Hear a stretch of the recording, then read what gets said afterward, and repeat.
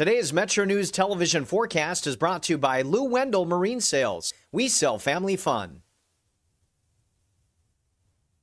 I'm meteorologist Brandon Weathers. We have some warmth and humidity on the horizon, a lot of 70-degree dew points ahead of us, and a pretty active stretch with daily opportunity for thunderstorms that could produce some heavy downpours. Our risk for some excessive rainfall is over southern West Virginia this afternoon into this evening, but a statewide marginal risk here Wednesday, and then we'll keep a statewide risk Thursday, Friday, and Saturday with compounding potential for heavy rain based on what we see play out one day at a time.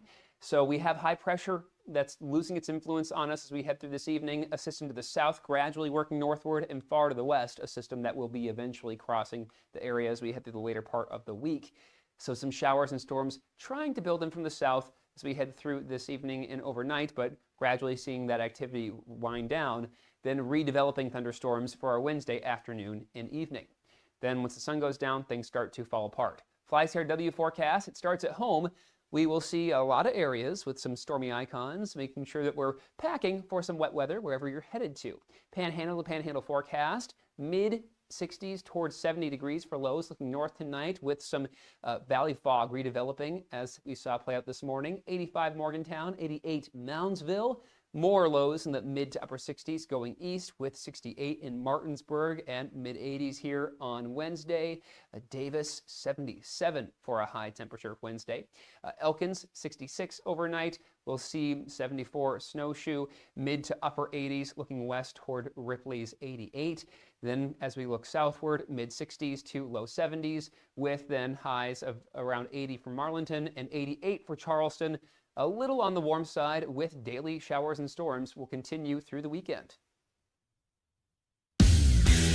You own a boat because you love spending time on the water. Choose the outboard that allows you to make the most of it. Honda Marine's legendary reliability, ease of maintenance, and powerful performance keep you going strong. And they're all backed by the peace of mind protection of the industry's best limited warranty. Visit your Honda Marine dealer today and find out why it's more than an engine. It's your time on the water.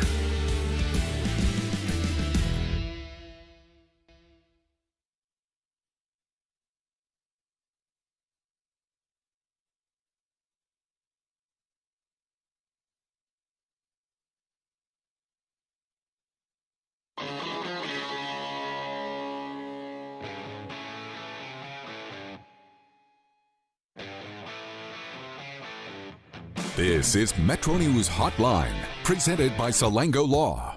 MetroNews Hotline is a 3-hour audio tour navigating the world of sports, news, entertainment, tech, and more from a Mountain State point of view. For your entertainment, Hotline is a no politics zone. You can join the conversation. Text the show at 304-825-5304. 304-TALK-304. Or call 800-765-8255. Here's the host for MetroNews Hotline, Dave Weekley. All right, hello, West Virginia. We are back for more in the 304. Time to get it done in the 681. Time to start this 3-hour audio tour for Tuesday, August 4th. 2026. MetroNews Hotline comes to you from the Salango Law Studios. Visit salangolaw.com. Remember how nice and cool it was yesterday? Such a nice, cool day. Lots of cloud like it never cover. happened. You know, just, oh, my goodness. It's gone. The leaves are going to start falling soon. Oh, no. No, but today, no, we're back in the heat dome. Back in the heat dome where we should be on August the 4th.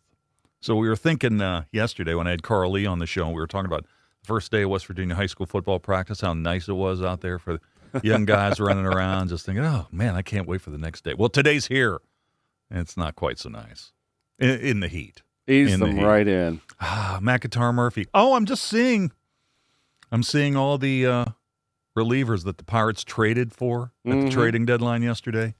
Headliner with Luke Weaver. They will be in Milwaukee in time for tonight's game. Oh, they will be in Milwaukee for tonight's game. I'm still licking my wounds from yesterday. You know, I enjoy when Coop's off, by the way, but he will be back. He'll be back on Thursday.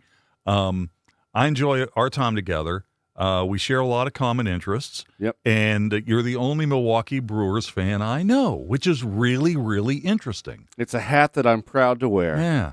Milwaukee is such an interesting team. I mean, former American League team, now in the National. There's not too many of those, you know? There's a couple. I hadn't thought of that. That's a really good point. Yeah, but there's a you know, the Astros. Yeah. You know, but it's really interesting how one day you woke up and you were in a different league.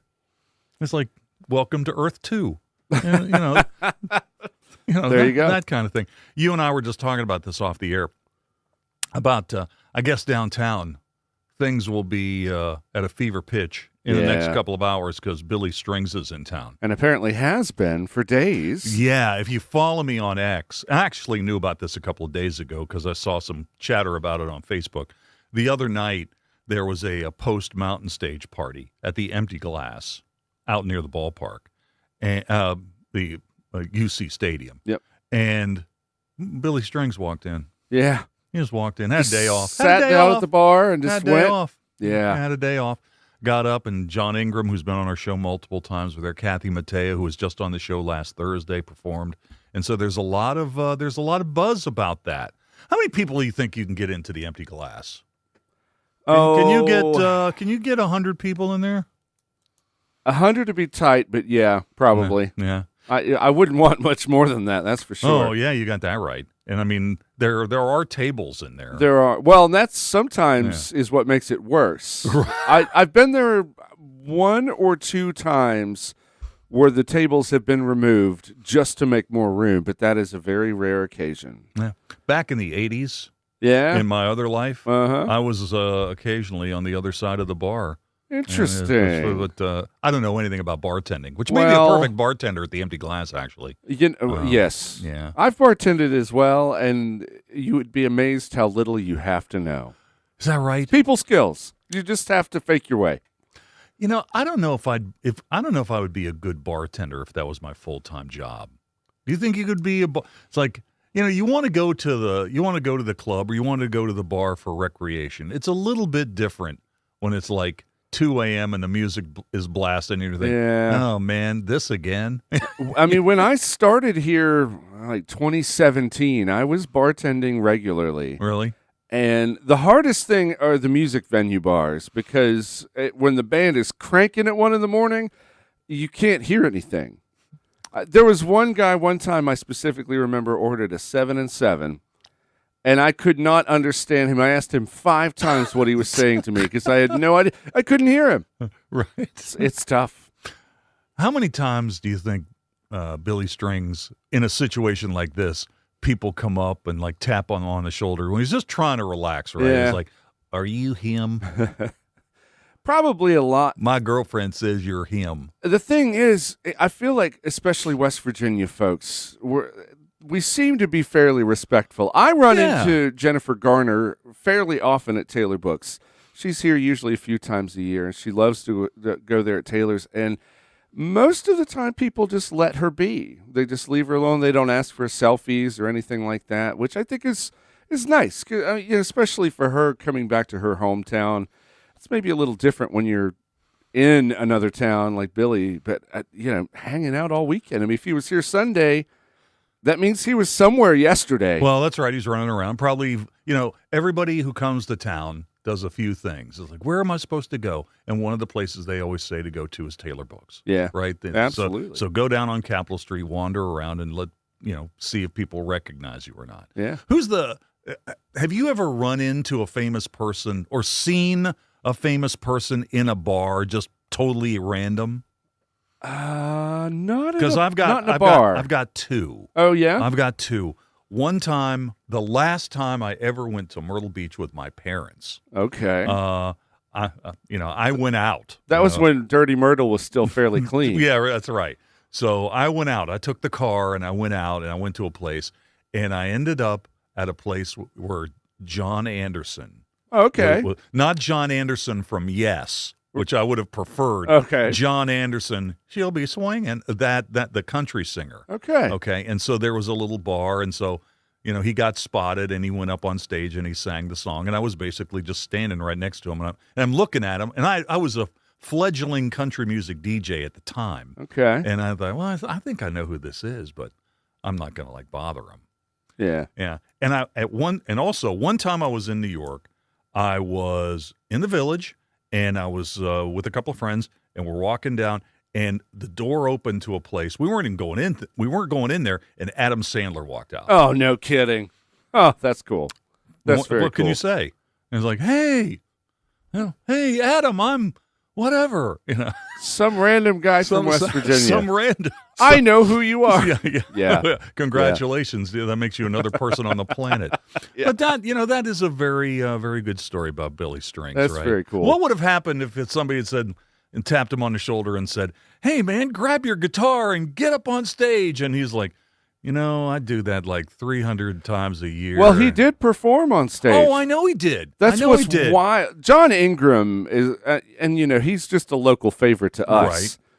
But he has had some amazing opportunities, and I think that probably will rank up high on his list of people he's played with. Yeah. It's so cool. Yeah, the other thing about this show tonight with Billy Strings is, he had to cancel for a while. Broke his leg? Skateboarding. Yeah. Yeah. Skateboarding at a gig. Yeah. Well, you can't make up a story like that. Right? That proves authenticity. Yeah. Well, if you're a good liar, that's such a random story that it can't possibly be a lie. Yeah. Right? It's yeah. like, well, nobody would make up a story like that. So he's in town tonight, and it's going to be crazy over there. It will. I'm going to avoid downtown. Hey, you know what? He just raised another level in my book because he's been to the Empty Glass and played with a bunch of my friends who are regulars on our show, John Ingram and Kathy Mateus. My favorite thing, though, several of my friends on Facebook, I think they were maybe equally, if not more excited to run into Kathy Mateus. Oh, there you go. Absolutely. Which, especially back in the 90s, she had some big-time hits. Yeah, no question. Yeah, that's one of the things. I don't know if she's going to be on the show. We always do a segment with the folks from Mountain Stage. That's Thursday at 4 o'clock, and she was just on last week. I just saw an email from Adam that I do believe she'll be on the phone with us again. Really? Yeah. Okay, well, we'll get the lowdown. Absolutely. Yeah. And by the way, she is a really good follow on Facebook. She is. She's a really good follow on Facebook. So what were your Milwaukee peeps saying about the trading deadline? Well, not a lot. Really, the Milwaukee folks are kind of, I think, happy with where the team is. Yeah. Now, I don't know after the pitching fiasco with Sproat yesterday. Well, yeah. The thing I respect is that Milwaukee has basically got the amateur scouting thing down. They do. Okay. They really do. Because, teams like the Yankees and the Dodgers and the Red Sox, they can buy players. They create farm systems so that they can use those players to get mature, proven players. Yeah. Milwaukee doesn't really have that advantage. And you see what happens. Milwaukee is good enough to get to the postseason. They'll be good enough to win the Central Division, although the Cubs are kind of in their rearview mirror now. They're like 5.5 games back. They always are, though. Yeah. They always are. But the thing about Milwaukee is you just have to wonder, and the reason I'm asking you this, as a Milwaukee fan, you're thinking, man, we're right there. Yeah. We're right there. What if we wanted to, we scout these players, we can develop them. You don't really know how well prospects are going to turn out.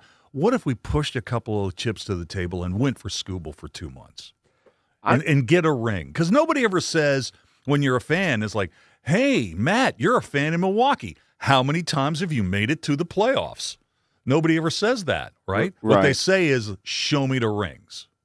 Show me the rings. Yeah. How many times have Milwaukee won the World Series? Stephen A. Smith from ESPN had a segment on yesterday on YouTube where for 20 minutes straight he went off about this, and he basically said that because Scuba wound up with the Dodgers, it's going to lead to an MLB lockout after this season. I think that's probably right. But I think that was probably coming anyway. Yeah, and there's a conspiracy theory that the other teams, the other owners got out of the way for the Dodgers to do this, to kind of force the issue. Now, I don't go down that far the rabbit hole, but it's a pretty good theory. There's another theory out there that the Dodgers are going to tank themselves in the playoffs to let Milwaukee go so that it proves that you can't buy yourself a championship. Okay, the problem with something like that is, do you realize how many people would have to be involved in a conspiracy like that? A lot. Okay. A lot. And I don't know if you know this. There are no secrets anymore, really. Not really. Not in sports. No, I don't buy that. Here's the thing. Now, this might be in a minority opinion because I'm seeing social media polls like, who do you want to take to win the World Series? The Dodgers or the field? Right. You know, the Dodgers have lost like 6 of their last 8 games. Yeah. Okay? They just got swept at home by the Red Sox. They got beat last night. They're not I wouldn't look at their lineup and say they're especially spry. They're one of the oldest teams in baseball. They and you're are. talking about one of the things that makes the Scooble thing, and by the way, he's pitching tonight. One of the things that make the Scooble thing interesting is you've got a lot of guys coming back to the Dodgers who have been out for a long time. Mm-hmm. Snell, Glass now. Now, they got starters. I mean, they can roll. Yamamoto is a great pitcher. There's no question. Sure. But, I mean, it's not a done deal that the Dodgers are going to win it all. I mean, the Blue Jays basically had them dead to rights, not once but twice last year. I was going to say that very thing, yes. I mean, really, that Game 7 finale there, it could have gone either way, truthfully. Are you ready to talk a little bit about college football? Because today We're getting there. Today is probably the most relevant day of the year for the USA Today College Football Coaches Poll. The preseason poll is out. There was a time when every week you would look at the AP poll and then you would look at the coaches poll and you would give them, if not equal weight, both consideration. Sure. But the way things are operating now, once the season begins, here's a dirty little secret. Nobody really cares about the coaches poll. No, really. Nobody cares about the coaches poll. Correct me if I'm wrong, but I don't think we know who votes in it. Okay, we know the coaches who vote, but we don't know how they vote until the very last poll of the year. So you got stuff going on during the season where, say, for example, Team Y is getting ready to play Team X. Well, the coach from Team Y will rank Team X a little higher, so just in case he upsets them. Or there's we're trying to get X amount of teams into the college football playoff, so I'm going to give more weight to the teams in my conference to make that conference. Anyway, polls aren't perfect. Well, no. Polls aren't perfect. And the other thing is, we focus more on the AP poll until we finally get the college football playoff rankings. And that's when things get real, okay? Yep. And the USA Today poll kind of goes by the wayside. But today, it's the first legitimate poll that's out there, and we have a tendency to give it some credence. So here it is. And Ohio State is number 1. Ohio State's number 1, followed by Oregon, Georgia, Texas, and Notre Dame in the top 5. Indiana, your defending national champions, are number 6. Number 6, followed by Miami, Texas A&M, Oklahoma, and Ole Miss. That's your top 5. This is the USA Today College Football preseason poll. It came out early this afternoon. Here is 11 through 15. Alabama, Texas Tech, LSU, Southern Cal, BYU.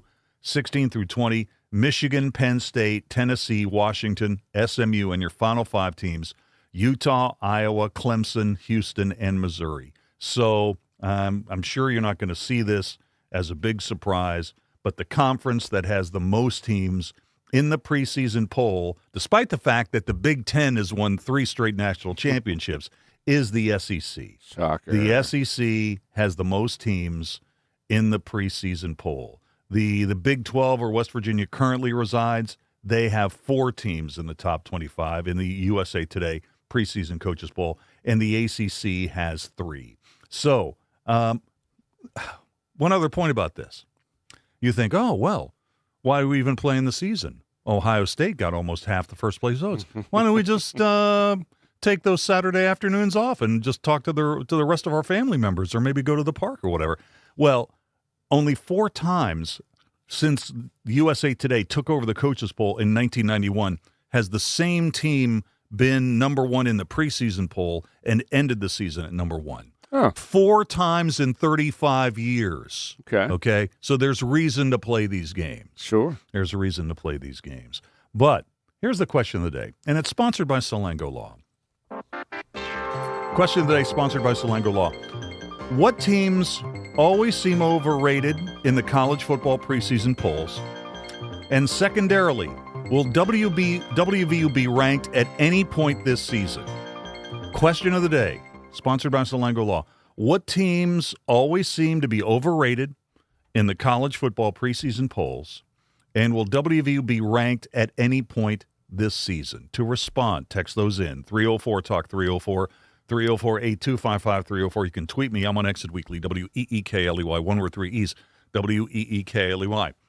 WVU football has not been ranked in the AP poll since Will Greer left. Has it been that any long? point, 2018. Oh, my. WVU did have a season in the Neil Brown era where West Virginia finished number 25 in the coaches poll. All right? So just have that information. Just have that information when you decide what you want to answer in this poll. Which teams always seem to be overrated in the college football preseason polls, and will WVU be ranked at any point this season? I can't wait for your responses. Jack Carlson is here. I'm here. What'd you do with Jeff?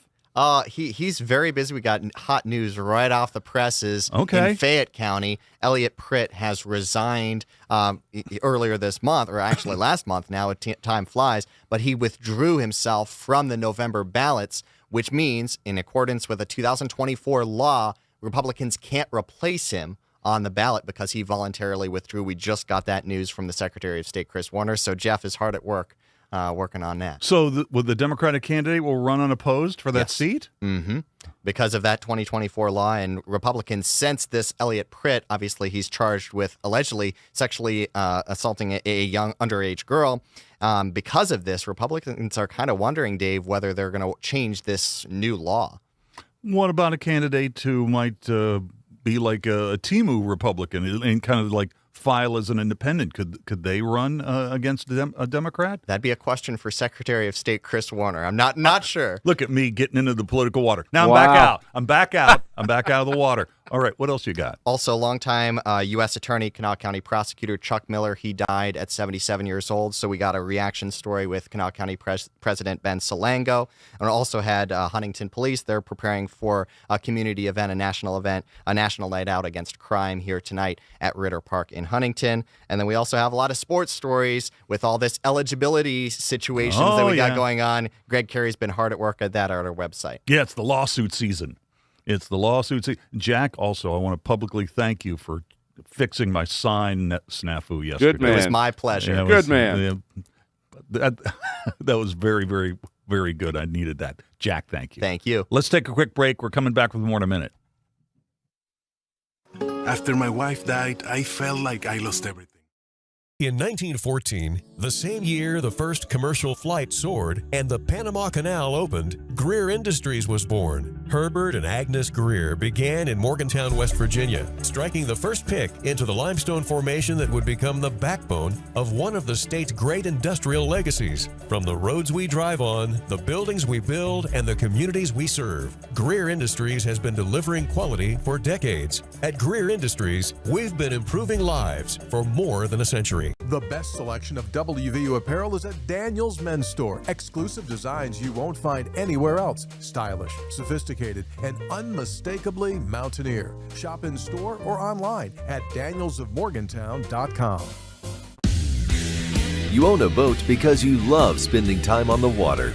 Choose the outboard that allows you to make the most of it. Honda Marine's legendary reliability, ease of maintenance, and powerful performance keep you going strong. And they're all backed by the peace of mind protection of the industry's best limited warranty. Visit your Honda Marine dealer today and find out why it's more than an engine. It's your time on the water.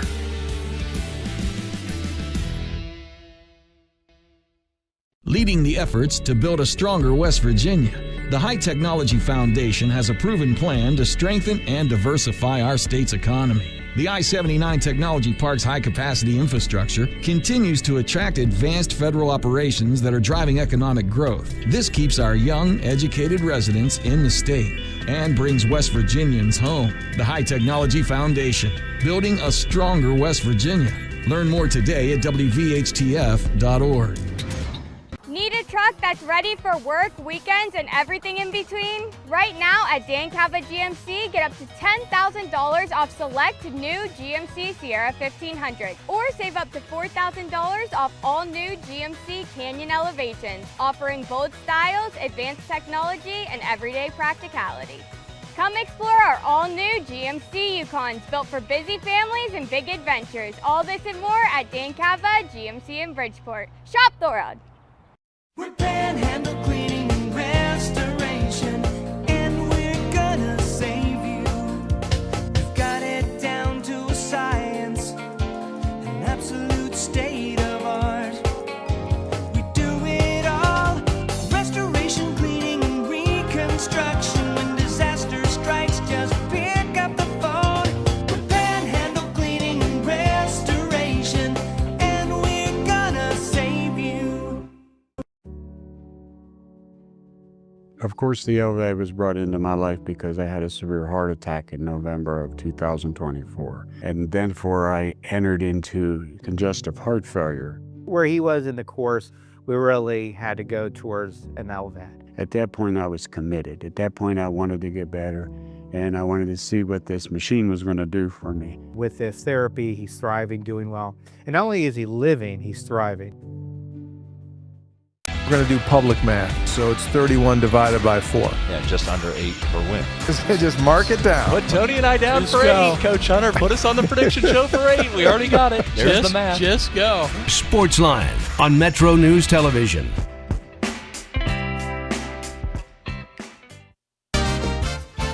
West Virginia Metro News, I'm Jeff Jenkins. A controversy in the Marion County school system has landed in court. Today's Metro News television forecast is brought to you by Lou Wendell Marine Sales. We sell family fun. I'm meteorologist Brandon Weathers. We have some warmth and humidity on the horizon, a lot of 70-degree dew points ahead of us, and a pretty active stretch with daily opportunity for thunderstorms that could produce some heavy downpours. Our risk for some excessive rainfall is over southern West Virginia this afternoon into this evening, but a statewide marginal risk here Wednesday, and then we'll keep a statewide risk Thursday, Friday, and Saturday, with compounding potential for heavy rain based on what we see play out one day at a time. So we have high pressure that's losing its influence on us as we head through this evening, a system to the south gradually working northward, and far to the west, a system that will be eventually crossing the area as we head through the later part of the week. So some showers and storms trying to build in from the south as we head through this evening and overnight, but gradually seeing that activity wind down, then redeveloping thunderstorms for our Wednesday afternoon and evening. Then once the sun goes down, things start to fall apart. FlyCRW forecast, it starts at home. We will see a lot of areas with some stormy icons, making sure that we're packing for some wet weather wherever you're headed to. Panhandle to Panhandle forecast, mid-60s towards 70 degrees for lows, looking north tonight with some valley fog redeveloping as we saw play out this morning. 85 Morgantown, 88 Moundsville. More lows in the mid to upper 60s going east with 68 in Martinsburg and mid-80s here on Wednesday. Davis, 77 for a high temperature Wednesday. Elkins, 66 overnight. We'll see 74 Snowshoe, mid to upper 80s looking west toward Ripley's 88. Then as we look southward, mid-60s to low 70s with then highs of around 80 for Marlinton and 88 for Charleston. A little on the warm side with daily showers and storms will continue through the weekend. You own a boat because you love spending time on the water. Choose the outboard that allows you to make the most of it. Honda Marine's legendary reliability, ease of maintenance, and powerful performance keep you going strong. And they're all backed by the peace of mind protection of the industry's best limited warranty. Visit your Honda Marine dealer today and find out why it's more than an engine. It's your time on the water.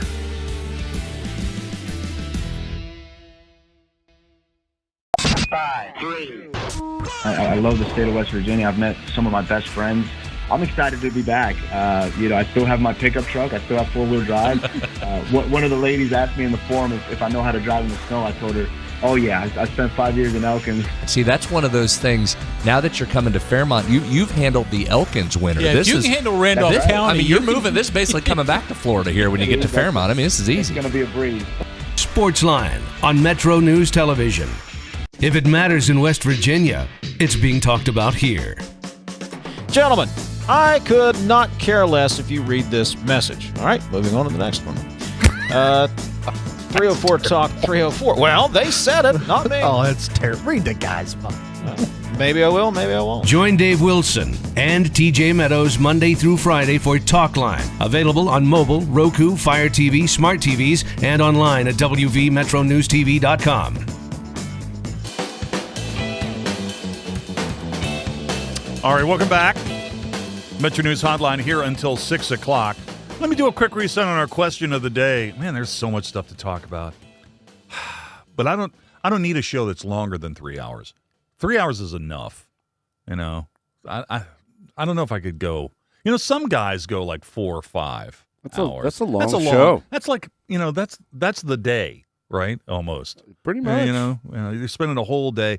So a person should be able to get done what I need to get done in 3 hours. And we're going to try. 180 is the sweet spot. Yeah, that's exactly right. Hashtag 180 Club. We're going to try to get everything I've got written down on the show today. Oh, I don't want to bury the lead. We got some good stuff coming in the 5 o'clock hour. Anthony Lewis is going to be here, so we'll have some Mountaineer stuff. Then Troy Lilly is coming on at 5:33 from Coalfields and Company. He wrote something at his website a couple of nights ago that got me intrigued, and we're going to talk about it today. He's got since the West Virginia high school football practice started yesterday, he's got a list of his top 10 Quad A and AAA regular season games for the upcoming season. Oh, very nice. So we're going to take a look at that. So we'll do that. That'll be at 5:33 this afternoon. All right, question of the day. Ohio State tops the brand new USA Today college football preseason poll. Only 4 teams have ever started and finished at number 1 since 1991. So here's the hotline question of the day. What teams always seem to be overrated in college football preseason polls? And secondarily, will WVU be ranked at any point this season? What teams always seem to be overrated? And will the Mountaineers be ranked at any point this season? To respond, text those in. 304-TALK 304, 304-8255-304. You can reach me on X, too. I'm still there. At Weekly, WEEKLEY, 1 word 3 E's, WEEKLEY. By the way, a quick note on social media in a minute. But first, a couple of quick responses. Here's Anthony in Clarksburg. He says, Dave, Miami has been overrated yearly for more than 20 years. WVU will not be ranked this season. Herman, one of our regular listeners down in Mississippi, he says, hey, Dave, I think I answered this question the same way last year. All teams are overrated until they play the games. However, just to wish WVU well, I believe they will crack the top 25 sometime this season. Here's Andy Smith on X. He says, Dave, the media always goes nuts for Alabama and Notre Dame. I'm indifferent to WVU's ranking. Just hope they get beat by UVA in Charlotte on September 19th. Toddster, Dave, WVU will be ranked at some point this season. Indiana is definitely overrated this year. All right. The social media thing I wanted to ask you about. Did you see this story that they're bringing MySpace back? I did, yes. Okay. So Tim and Chris Vanderhook have confirmed plans they will relaunch the once dominant social media platform more than 20 years after its debut. Speaking in a new documentary simply called MySpace, Tim said, quote, we're going to relaunch MySpace. We're just waiting for the right time to do it, unquote. The brothers purchased the platform 15 years ago and attempted a music-focused redesign, but it failed to regain traction. I remember when that happened. I do too. When they wanted to make it all and maybe just the time wasn't right. The time wasn't right. So what do you think about that? What do you think about that? The idea that MySpace could come back. It's a bit of a muddy landscape here. I mean, at this point, you're competing against TikTok, Snapchat, Instagram, Facebook, X, formerly Twitter. I mean, there's a lot of things out there for folks to choose from already. If they're going to do it and be successful, I think it has to be more video-based. Oh, yeah. YouTube and TikTok rule the world now. I mean, that's just the meta platforms are they've reached the plateau. Now, if Ryan was here, if I said to him, I was like, what do you think about my? He's like, I'm not on social media. I am social media free. And there is a segment of the audience out there that feels that way. But conversely, there are a lot of people who are on all these platforms. Yes. Right? Yeah, They're are. on all these platforms. So the person, don't you think, okay, here is, this is just an assumption. You know what they say about that. Say, for example, you're on 3 or 4 social media platforms now. What's one more? What's one more? That's right? That's a fair point. Yeah. I mean, how many people who got sick of X or whatever and decided that they would check out Threads, okay, still have their Threads account? That's probably true. still have That's they probably still have their Threads account. The thing with Threads is it seems like it's kind of regurgitating what already makes it onto Instagram. Yeah, oh, sure. That's exactly right. Yeah. But, I mean, it all kind of does that anyway. I just kind of feel like, you know what? That might be a good investment. It might be. It might be a good investment. Might be. If they actually do it as a social platform and don't try to do the music thing or something on that kind of vein, I think it has a chance. Here's another maybe thing that kind of leads you to believe that it might potentially work. You know, we're seeing since Elon Musk took over X that the number of X users has dropped dramatically. Yeah. Right? It's dropped dramatically. Where did all those people go?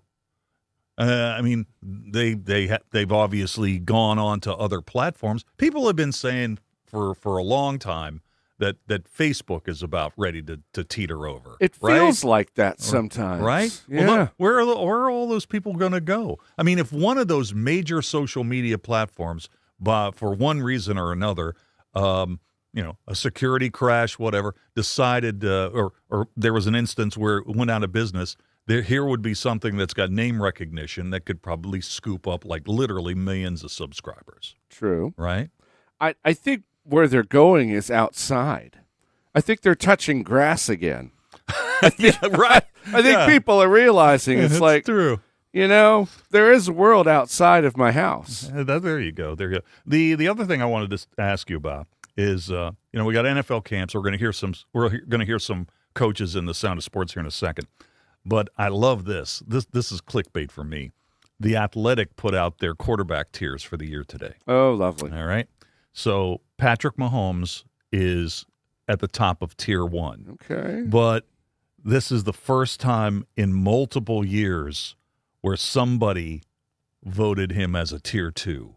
All the voters have him at tier 1 except one. Somebody stepped up and got out of line and voted Patrick Mahomes tier 2. You can't stay number 1 forever. You can't stay number 1 Look, forever. I saw a video from practice with him like last week, and he threw a ball towards, should have been Travis Kelce, bounced off the back of the center's head. I saw that too. Like little rusty. I'm not betting against the guy. I'm not betting Well, against the that's guy. fair. That's fair. I mean, but he, you know, he's been an amazing quarterback, but he went from tier 4 in 2018 to tier 1 ever since then, and had gotten all the votes in tier 1 until this year, when somebody stepped in and said, no, not putting him in tier 2. So here you go. Here are your tier 1 quarterbacks, according to The Athletic today. In a tie for number 2, Josh Allen of the Bills and Matthew Stafford of the Rams. Interesting. I think that's really interesting, too. Honestly, my first reaction to that is they both belong in tier 1. But if I was going to have to win one game, I think I might go Stafford. I think I would too. He's got the ring. You know, you can't count on Josh Allen to do it until he's done it, right? Exactly. He's got all the physical tools, but Stafford has done it. Stafford has done it. And he's a little bit older, a little bit more veteran quarterback. Joe Burrow is 4. Yeah, so I don't see that 4. either. And then here's tier 2. Lamar Jackson drops out of tier 1. And he's at the top of tier 2 at number 5. The hate on Lamar this year, trust me, he's taking notes on all this stuff. Oh, I guarantee He's taking notes on all this stuff. So Lamar Jackson goes down to a tier 2. Justin Herbert, number 6 from the Chargers. Dak Prescott, number 7. Drake May tied for 8th with Jared Goff of the Lions. By the way, where do you think Jordan Love of the Packers is? Because you're a Packer guy. Where do you think Jordan Love is? Because we're not going to go through the whole list. Probably somewhere in the middle of the pack, like number 16 or so. He's 10th. Oh, okay. He's 10th. All He's right. tier 2. He's tier 2. Not bad. So how far down this list do you think you have to go before you find Aaron Rodgers? How far down do you have to go to find the Aaron Rodgers? I bet he's at the bottom. He's number 19. Well, he's number 19. Okay. And we'll be talking with Dave Brown from Steeler Depot here in about 20 minutes. So Aaron Rodgers. By the way, Aaron Rodgers made me a little upset yesterday. It wasn't so much all the things he said. He can say whatever he wants. He's earned the right to do that. Sure. But what I don't like is, why doesn't he ever give like local guys a chance to interview him? Oh, I've never noticed that. All he ever does is like talk to the national guys, and then the local media guys get him in a press conference situation. But no local guys ever get him in like a one-on-one. I think he knows this is it and just does not care. Doesn't care. He's doing what he wants to do. Where do you think Geno Smith is on this list? Is he on there? That's a legitimate question right there. Yes, he is on the list. He is number 30. Ooh. He is number 30 on the he's a tier 4 quarterback, number 30 on the athletic quarterback tier list, which is getting a lot of run today, and it came out today at the Athletic. Tell you what, let's take a quick break, and when we come back, we'll get into the sound of sports. Stay tuned. This boating season, elevate your family time with Lou Wendell Marine Sales. Proudly family-owned for over 40 years, Lou and his sons are West Virginia's largest Avalon pontoon dealer. Trusted experts in premium boats, motors, and service. Discover refined comfort, elegant design, and performance you can feel. Now is the perfect time to take advantage of preseason savings. At Lou Wendell Marine Sales, they don't just sell boats. They sell family fun. Visit LouWendellMarineSales.com because the weekend's almost here. Hi, I'm Julie Wilkins, a designer at Civil and Environmental Consultants. CEC was my first choice when I wanted to return to West Virginia to work and be closer to family. As a designer using AutoCAD and ArcGIS, I collaborate across all departments on diverse projects. CEC is employee-owned with over 30 offices nationwide and 3 right here in West Virginia. We provide top-notch engineering solutions. At CEC, we engineer progress in the great state of West Virginia. Find out what CEC can do for you. Visit cecinc.com.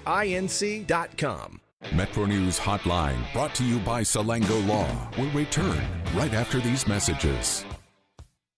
Moving.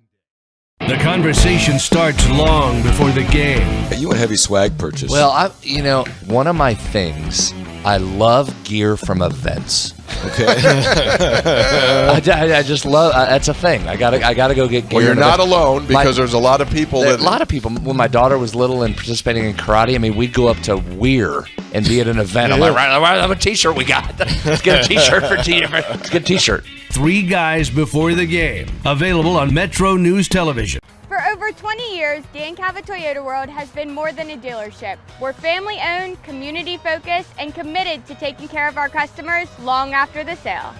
Our commitment doesn't stop when you drive off the lot. With factory-trained technicians and a service team you can trust, we're here to keep your vehicle running at its best for years to come. So when it's time to get your next vehicle, choose the dealership that's been serving the community for generations. Visit Dan Cava Toyota World in Fairmont. Shop the world.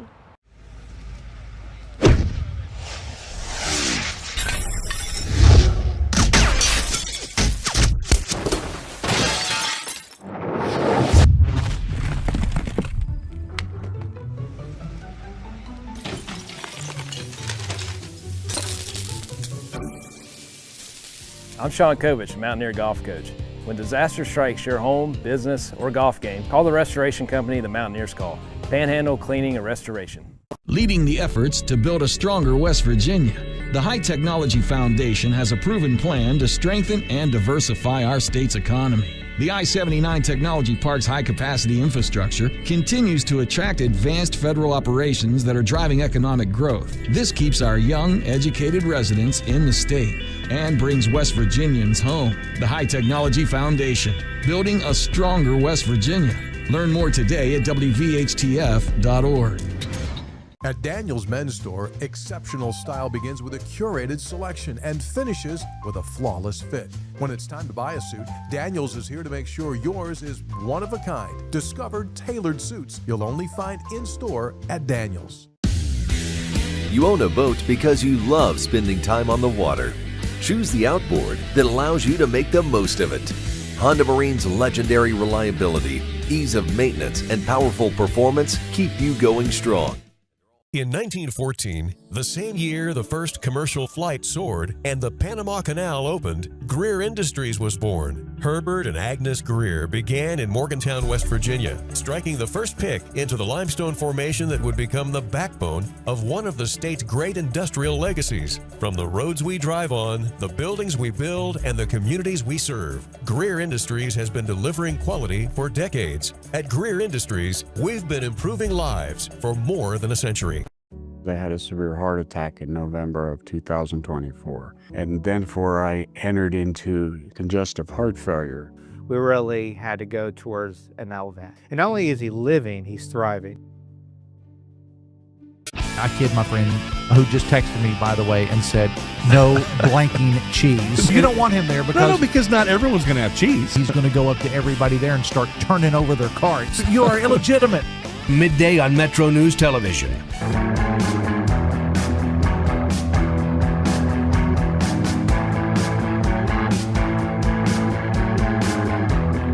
All right, welcome back. 11 minutes till the hour. Let's go ahead and jump into the sound of sports, and we'll begin with baseball. By the way, Dirty Birds are back at it tonight after a day off in the Atlantic League. They will open a series in Lexington against the Legends tonight. With action on the field last night after the trading deadline expired in Milwaukee, the Pirates edged the division-leading Brewers 4-3 in the opener of a four-game set. Welcome back, Spencer Horowitz. His three-run, two-out double to right was the moment on which this game turned. That loads the bases. This all coming after there were two outs and nobody on. And Spencer Horowitz, who struck out his first time, he's coming up. Ground ball and fair pass first all the way into the corner. Scoring at least a couple. Beasley's got the windmill. Spencer Horowitz for hire. Clears the bases. 3-0 in the third. That's exactly what Spencer Horowitz is looking to do right there in that situation. In the driver's seat, looking for a pitch in the big part of the zone that you can swing at and hit hard somewhere. All right, so the Pirates starter Bubba Chandler had a strong outing last night. He held the Brewers without a hit until David Hamilton's single up the middle with two outs in the fifth. In the ninth, with Mason Montgomery on the mound and the Brewers' potential winning run at the plate, the Pirates closed it out on an ABS challenge. And coming on to try to lock it down. Here comes the Pirates' Mason M. There's a lot of talk about Mason M at the trade deadline. The Pirates already got theirs. Mason Montgomery. Two outs. It's Churio versus Montgomery for the game right now. Challenge. Henry Davis. ABS powered by T-Mobile. Struck him out on a challenge. Raised the Jolly Roger. Pirates defeat the Brewers. Mason Montgomery dominates, and the new look Bucks defeat the Brewers. One of those weird situations. The Pirates have now won 6 of 7 against the Brewers this year, including the last 4 straight against Milwaukee. Before the game, Pirates manager Don Kelly weighed in on the deadline addition of former Mets reliever Luke Weaver to the Bucks' beleaguered bullpen. Yeah, I would hope so, and to add a guy like that does have that experience, does have that stuff, and the success he's had. Hopefully helps slow things down out in the pen for everybody, and he's going to pitch some big innings for us. Do you see like closer role or more of a setup man role? Pretty fresh right now. We haven't got to dive in. I'm sure he's going to close some games, and I'm sure that we'll see him, in the 7th, 8th, and big. He's going to pitch in big spots. Meanwhile, the Reds get back into action tonight. They host the A's, but there was very little action from the Reds at the trading deadline, opting to hold on to players like Brady Singer and Tyler Stevenson, despite their expiring contracts. It was kind of a head-scratcher, frankly. Here's GM of the Reds, Nick Krall, on their lack of deadline moves. Yeah, I think that Brady Singer is one of our veteran leaders in our starting pitching staff. Tyler's the same way. I think it's really important to have those guys around this club than just saying, hey, we're going to move guys off. I think it's really important to have bullpen guys that can lock down wins for this group, the young group right now, and obviously have A couple of those guys are going to be free agents at the end of the year, but we feel we're still excited about the group we have and going into 27. What are the chances any of those?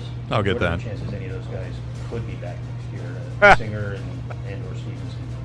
I would leave the possibility open. We've got a couple months left in the season, but I would leave that possibility open. I told you never to call me here. The Reds did make two minor deals right before the deadline yesterday, sending lefty bat Nathaniel Lowe to the Guardians for infielder Juan Brito and minor league right-hander Alejandro Rivera, and shipped lefty reliever Caleb Ferguson to the Cardinals for $250,000 of international bonus space. In Philadelphia, the Nats lost to the Phillies 6-3. The game turned in the seventh when the Phils' Derek Hill hit a go-ahead grand slam to erase a 3-0 Washington lead. Inside ball four, and without a hit, the Phillies have loaded the bases up. Derek Hill is going to be the batter. He has worked some magic against the Nats before. Yes, he has. Fly ball, left center field. That's well hit. Lyles going back toward the wall. Gone! Grand slam! Derek Hill has just given the Phils the lead. There's your grand slam as Derek Hill does it to DC again. Derek Hill with his 9th home run of the season. It's the first grand slam of the year for the Phillies as he has turned this one around. So the Phillies have won 3 straight, and they swung a deal for 3-time batting champion Luis Arraez from the Giants at the deadline. Game 2 of the set, the Nats will send right-hander Zach Littell out to face Jesus Luzardo of the Phillies tonight. In New York, a wild night in the Bronx. The Cards outslugged the Yankees 13-7 on a night in which the Redbirds' Alec Burleson hit 3 2-run homers, including a moonshot into the second deck and right to cap a 7-run 8th inning for St. Louis. Here's Alec Burleson. How about a 3rd home run tonight for Burley? He's looking for number 18 on the year. He has a pair of 2-run homers tonight. The pitch to Burleson. A swing! There it goes! There's his 3rd home run tonight! Unbelievable! Oh, baby, what a swing! A 2-run homer for Burleson. 3 home runs, 6 RBIs. Yes, he got his 18th home run in this series. He got it in this game. A 3-homer night for him. Well, we've seen some ups and downs in this game. Some really good things from the newcomer from Garcia, and then all of a sudden the pitching staff for the Yankees not being who they usually are. Alec Burleson having some kind of night, career night. First time 3 home runs. All right, we'll take a quick break, come back and wrap the hour in just a moment. MetroNews Hotline, presented by Salango Law, will return right after these messages. I'm Scarlett Johansson. My family relied on public assistance to help provide meals for us. These meals. You own a boat because you love spending time on the water. Choose the outboard that allows you to make the most of it. Honda Marine's legendary reliability, ease of maintenance, and powerful performance keep you going strong. And they're all backed by the peace of mind protection of the industry's best limited warranty. Visit your Honda Marine dealer today and find out why it's more than an engine. It's your time on the water.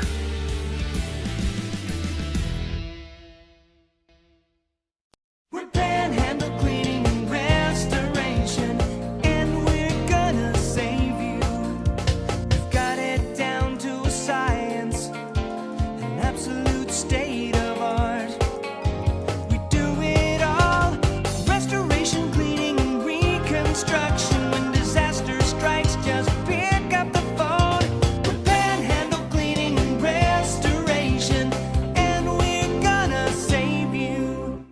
Leading the efforts to build a stronger West Virginia, the High Technology Foundation has a proven plan to strengthen and diversify our state's economy. The I-79 Technology Park's high-capacity infrastructure continues to attract advanced federal operations that are driving economic growth. This keeps our young, educated residents in the state and brings West Virginians home. The High Technology Foundation, building a stronger West Virginia. Learn more today at WVHTF.org. Of course, the LVA was brought into my life because I had a severe heart attack in November of 2024. And then I entered into congestive heart failure. Where he was in the course, we really had to go towards an LVAD. At that point, I was committed. At that point, I wanted to get better, and I wanted to see what this machine was going to do for me. With this therapy, he's thriving, doing well. And not only is he living, he's thriving. In 1914, the same year the first commercial flight soared and the Panama Canal opened, Greer Industries was born. Herbert and Agnes Greer began in Morgantown, West Virginia, striking the first pick into the limestone formation that would become the backbone of one of the state's great industrial legacies. From the roads we drive on, the buildings we build, and the communities we serve, Greer Industries has been delivering quality for decades. At Greer Industries, we've been improving lives for more than a century. For over 20 years, Dan Cava Toyota World has been more than a dealership. We're family-owned, community-focused, and committed to taking care of our customers long after the sale. Visit Dan Cava Toyota World in Fairmont. Shop the world. The best selection of WVU apparel is at Daniel's Men's Store. Exclusive designs you won't find anywhere else. Stylish, sophisticated, and unmistakably Mountaineer. Shop in store or online at danielsofmorgantown.com. Okay, so we're going to do public math. So he won 9 his second year at West Virginia, 5 his second year at Michigan, 8 his second year at Arizona, second year at Jack State. He won 9, so it's 31 divided by 4. Yeah, just under 8 per win or per season. So there you go, Hunter. You can just forget about everything else. Just mark it down. Put Tony and I down for 8, Coach Hunter. Put us on the prediction show for 8. We already got it. Sportsline on MetroNews Television.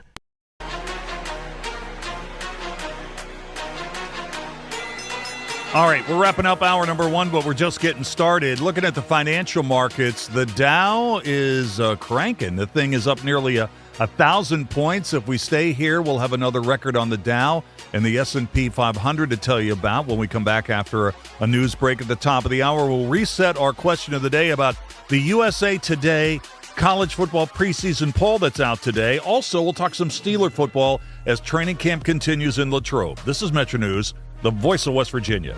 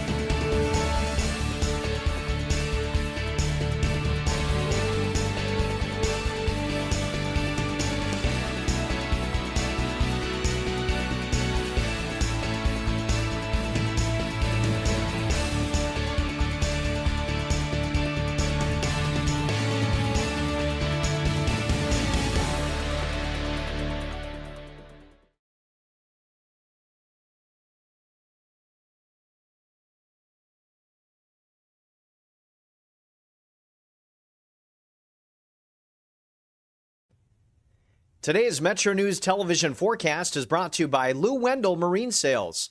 We sell family fun.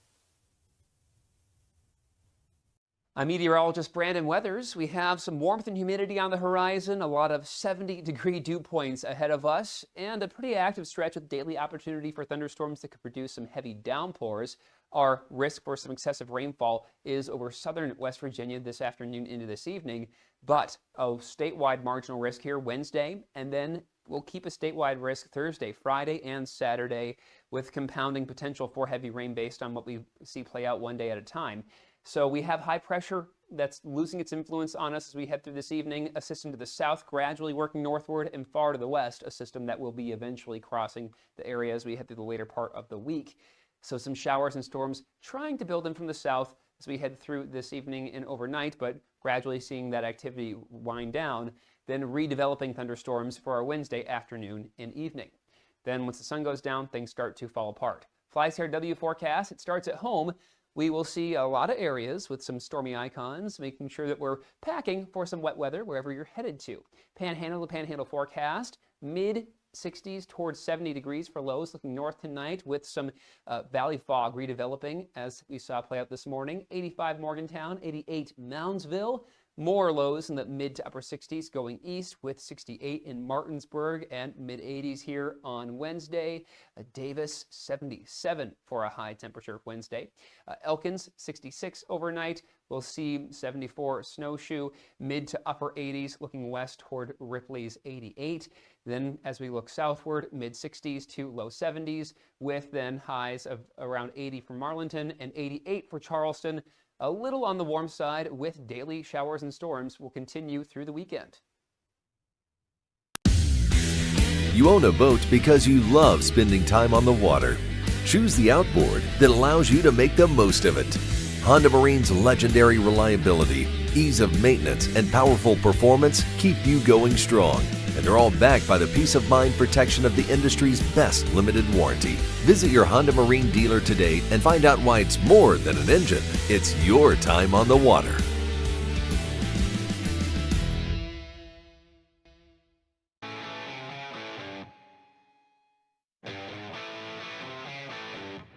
This is MetroNews Hotline, presented by Salango Law. MetroNews Hotline is a 3-hour audio tour navigating the world of sports, news, entertainment, tech, and more from a Mountain State point of view. Hotline is a no politics zone. You can join the conversation. Text the show at 304-825-5304. 304-TALK-304. Here's the host for MetroNews Hotline, Dave Weekley. All right, welcome back to the show. Hour number 2, how do you do? Metro News Hotline, keeping you company here in West Virginia every weekday afternoon, starting at 3:06 and taking you through until 6 o'clock. Thank you so much for tuning in. We appreciate it more than you know. Wherever you're listening to the show today, inside the state of West Virginia or beyond the borders, just trying to get a read on what's going on back home. We hope you're having a good day. We hope you're having a good day. We're marching on here at our flagship, 580 WCHS here in Charleston, right downtown, 1111 Virginia Street East, and it is a hot one today. Humid, 86 degrees, but we're doing okay and happy to spend some time with you this afternoon. We got a lot of stuff to get into in this particular hour. Another good day in the financial markets. We'll run that all down here in just a minute. Reset our question of the day about college football, and why not? And why not? The USA Today preseason poll for 2026 is out. Gives us something to talk about until they finally kick this thing off in a few weeks. So we'll get into that. Dave Bryan from Steeler Depot is going to be here in just a minute as the Steelers practices in Latrobe at St. Vincent's College continue. Day 2 in pads for the black and gold. What's going on up there with that? And it looks like maybe one of the Steelers rookies along the offensive line is turning some heads. More on that in just a minute. We've got the entertainment report coming your way at 4:25. 4:33. McIntyre Murphy sitting in for Coop today. Coop will be back on Thursday. Is this right? The Dave Allen's coming back? And he's going to be on the show here in about a half an hour? Flipping the seats between the two of you. What? 4 hours a day isn't enough for him? Hey, the 1 hour local show and then the 3 hour show that precedes this show? Well, that's look, not enough? You're Dave. He's Dave. We've got Dave Bryan. This is the Dave Network. Oh, man, I didn't even think about that. On MetroNews, it's the Dave Network. 3D. That's right. 3D. That's right. All right, a little bit later on in the hour, we'll open up the On the State file, have the 5 things to know at 5 o'clock. Anthony Lewis, our Mountaineer Insider, will be here at 5 o'clock. He'll hang out and play in or out with us at 5:25.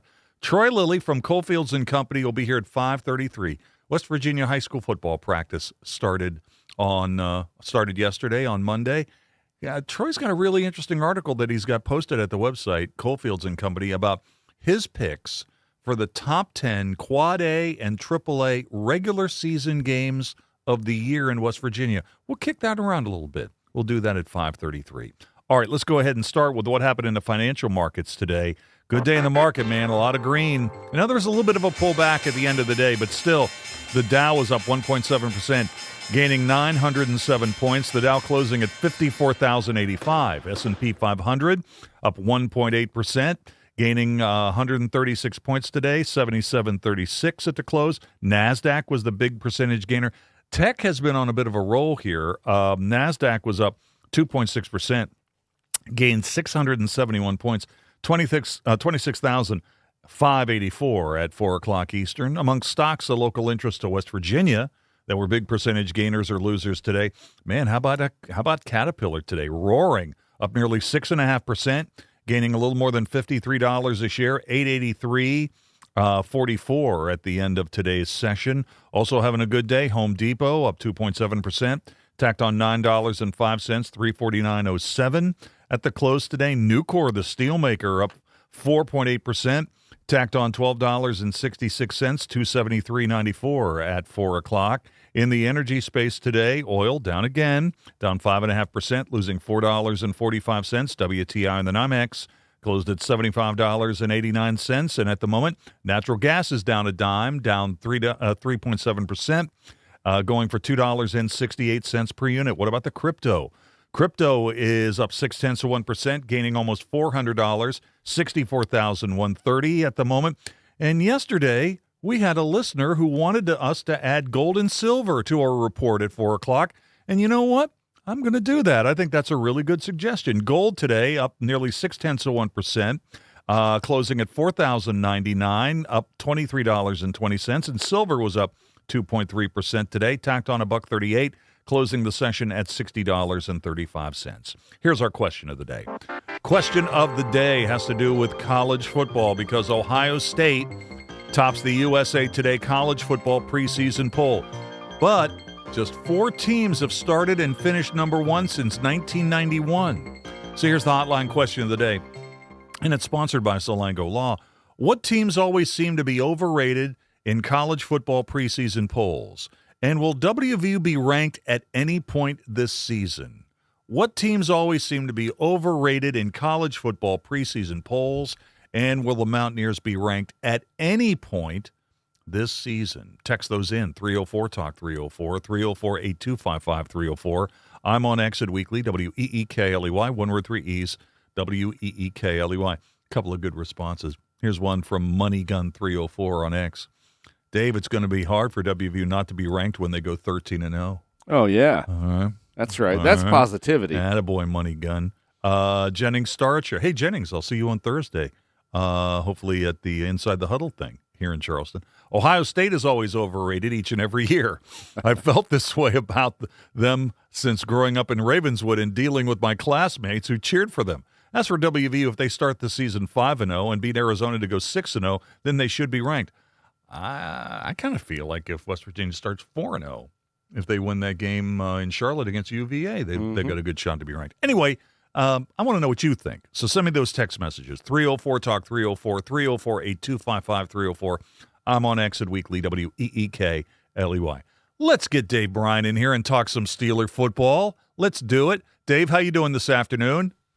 Dave, happy Tuesday to you, man. If WVU starts off 5-0, 6-0, y'all going to run out of couches up there, aren't you? Fair.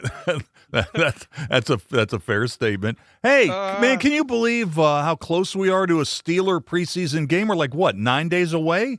9 days until the first game? Let's see, a week from Thursday, right? Yeah. You know, so here we are on Tuesday here. So yeah, we're getting close here. The Steelers just wrapped up their 6th training camp practice of 2026 a couple of hours ago, and they're going to be off on Wednesday. They're going to get back after it on Thursday, and then that's when those longer practices start. They're going to go Thursday, Friday, and Saturday, and of course Saturday night is the annual night practice at Latrobe High School. So Right.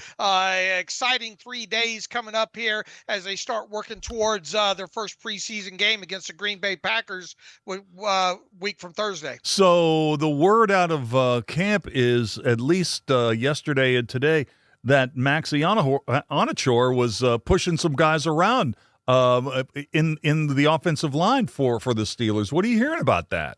Yeah, that since the pads went on, look, it was obviously kind of quiet there in the introductory phase there, not having pads on, but they put the pads on for the first time on Monday, and he seemed to be the story there for sure, and it seems to have carried over into Thursday as well, into Tuesday as well. So you just hope that he can continue to string these good practices together, especially heading into this first preseason game, because he's going to get a lot of work. You have to figure in that first preseason game. He might not start that game. We'll see what Mike McCarthy finally decides the closer we get to the game time as to how long maybe the starters are going to start. You know, Aaron Rodgers, there was that report came out saying that Mike McCarthy said he wants Aaron Rodgers to play, and Aaron said he will if that's what Mike McCarthy wants. And Mike McCarthy, said on Monday that, they haven't made that decision yet in so many words. It depends on the health of the team.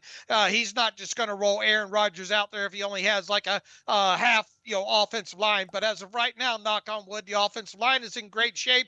And yeah, you got your first round pick making some noise early in training camp, especially when pads go on. And that's obviously a great sign. And you just kind of hope that stuff continues. And if it does, and he puts together a good, couple of preseason games here, hey, who knows, Dave? We might be talking about Maxi Onachor being the starting right tackle for this team come week 1. But we obviously got a lot of time to go before we figure that out. That's true. But this is pretty interesting. I mean, when the Steelers drafted him, the thought was, well, we don't know how many starts he's had, and we don't know what position he can play, and can he really bounce out to a tackle spot? Supposedly the first couple of days, the young guy's got like magic feet. You can't get around him. Oh, yeah, it's like a typewriter for sure. Look, there was never a question about the athleticism overall. It's more so about the rawness with him coming out of Arizona State there. And really, the biggest, look, he's got to get more technical, and he knows that. That will come over time here. And look, he's going up against some good pass rushers there in camp too, and TJ Watt and Nick Herbig and Alex Highsmith. So that, iron on iron there. So that's certainly going to help there. But more than anything, I think the thing that needed the biggest development with him was his run blocking, because he's got the athleticism and he's got the power overall. And if if this new offensive line coaches that they have in Campen and I forget who the other veteran is that they have in there, former tackle, yeah, if they can coach him up here and get him a little bit more technical and work on his run blocking over the course of this next, we'll say month here, he might have a shot here. And I think it's most definitely he's going to be a player to watch, along with obviously all the rookie draft picks in the first preseason game. But you got to like what you're hearing now, the kid out of Arizona State right now. Yeah, I think that's really good. We have a clip from Pat Freiermuth. I think we can play this. We didn't get to it in the Sound of Sports, where Pat Freiermuth made a really interesting point to the media yesterday. Now he's a veteran, has got the big contract after he played at Penn State. With all the things that are new with the Steelers, new head coach, new staff, he says there's a lot of familiar faces on the offense when he looks around. A lot of the guys that are at key roles this year were there last year. Yeah, I think I was actually talking to my wife yesterday about it. I think it's the funnest part is the continuity, like you said. Every single year I've been here, it was either new quarterback or new O-lineman or new running backs, and I think looking around, this is the first year that it's like DK, me, Rome are back as the receivers, and we got Darnell back, we got majority of our O-line back, Aaron's back, so we're supplementing some solid pieces for us, but I think it's been fun, to have that continuity. So there you go. That's Fryermuth talking about it. I thought that was a really interesting point. There are a lot of familiar faces on the offensive side of the ball. Yeah, I mean, look, you roll down that offensive line, right? You got Fautano, you got Mason McCormick, you got Zach Frazier, Spencer Anderson, who right now appears to be in the driver's seat to be the starting right guard, and Dylan Cook, who's battling for that right tackle spot. Broderick Jones has obviously been around as well too, and then you got Jalen Warren in the backfield, one of the running backs there, and then Aaron Rodgers. This is his second season, as he mentioned too. You got Darnell Washington still there, and a couple of the wide receivers, DK and Roman as well too. So yeah, if there's anything that something to look forward to when it comes to this offense is at least they got a lot of those same pieces in there from last year. Now, obviously, you got a new head coach, but the good thing to go along with that is obviously Mike McCarthy has worked with Aaron Rodgers before, and you would think that will help getting this offense implemented moving forward. So that is at least something to look forward to when it comes to the offensive side of football. Yeah, we got a couple minutes here, but the idea that Rodgers would play in the first exhibition game is pretty crazy. Two things. First of all, I don't know if he did or not, but did Tom Brady play in any exhibition games when he was with the Bucs? Because if he didn't, could Aaron Rodgers be the oldest quarterback to ever play in a preseason game? The other question is, if Rodgers is taking snaps in this preseason, which is now shortened, I think most people are pretty happy about that. He's going to be taking snaps against Howard and Aller. I think those guys need work in a preseason game. Yeah, that's the big thing that I worry about. And as far as your question, I mean, I'd have to research about Brady. If Brady seems like Brady might have taken a couple snaps. I don't remember in that year versus with the Buccaneers. I'll have to go back and look at that. But yeah, you make a good point there. And look, even I think Aaron said somewhere along the lines of 30 to 40. That's a lot of snaps. Oh, you know it is. Because you got to figure. Let's say on the average of 3 preseason games, if you're lucky, you're going to get 200 total offensive snaps in 3 preseason games. And if Aaron takes even 30 of them, that's quite a few snaps when you got 3 other quarterbacks, and 2 of those quarterbacks obviously being youngins in Will Howard and Drew Aller, haven't even played a snap in the National Football League yet, because obviously Howard missed a preseason last year because of that wrist and hand injury there. So yeah, that would be the most negative. You almost would think that the snaps might come at the expense of Mason Rudolph, because how are you going to get him enough snaps and then try to get at least your other 2 young quarterbacks? I'd like to see both those young quarterbacks, Dave, play at least 80 snaps during the preseason. I agree. And if you add those 2 up, that's 160 right there. And if you throw in another 40 for Aaron Rodgers, well, that's your 200 snaps right there. And you haven't even got Mason Rudolph on the field. Yeah, that's exactly right.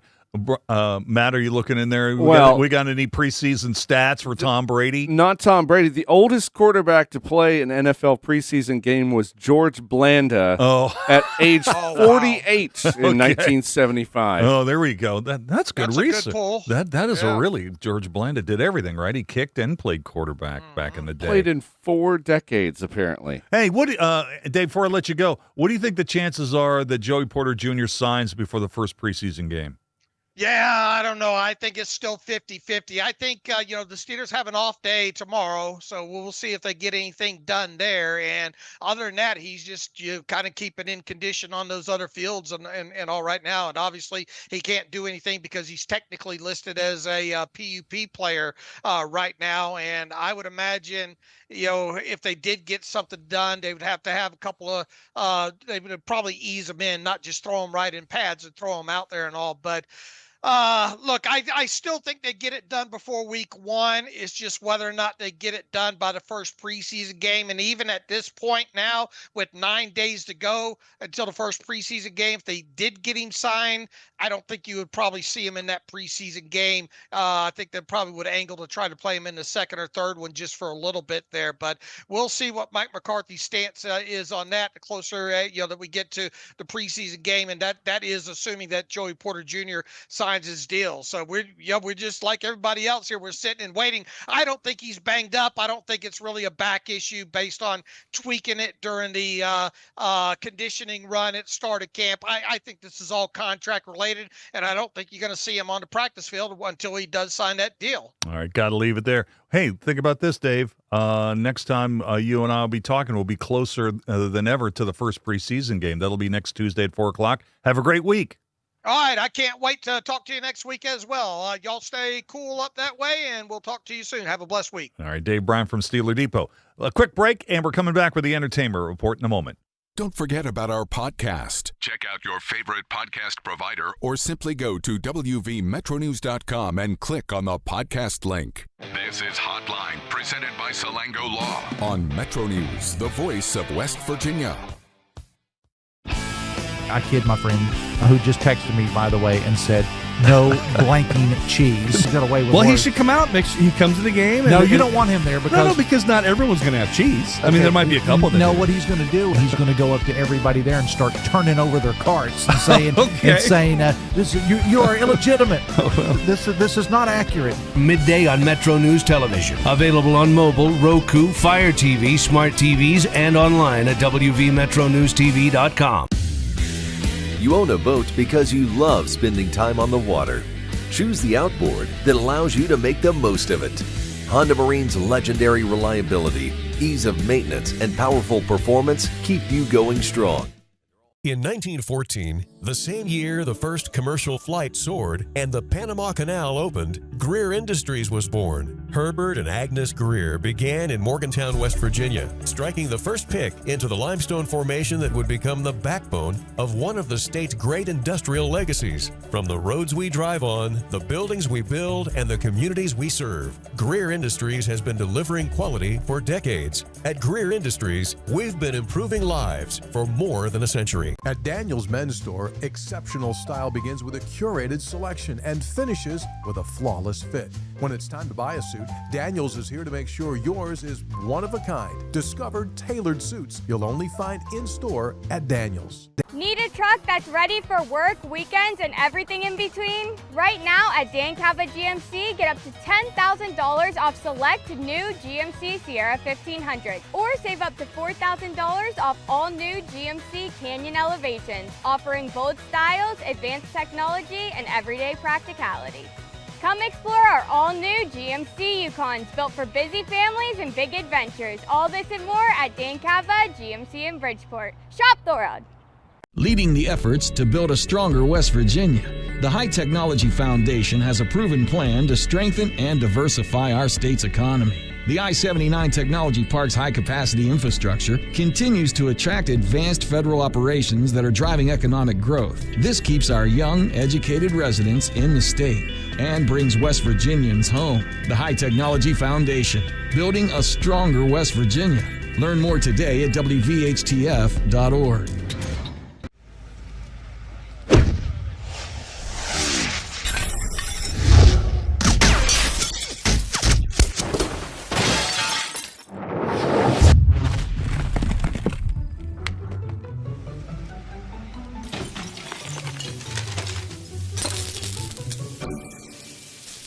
I'm Sean Kovich, Mountaineer golf coach.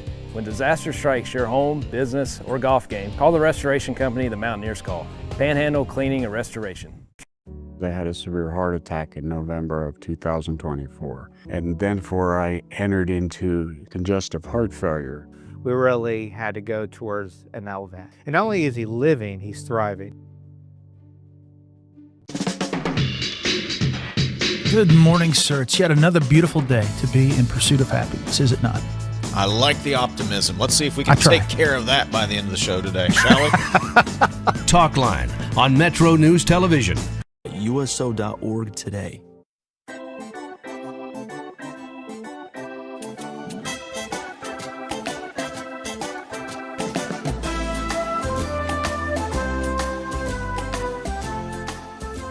I just got some new pajamas with pockets in them, which is great because before that, I used to have to hold stuff when I slept.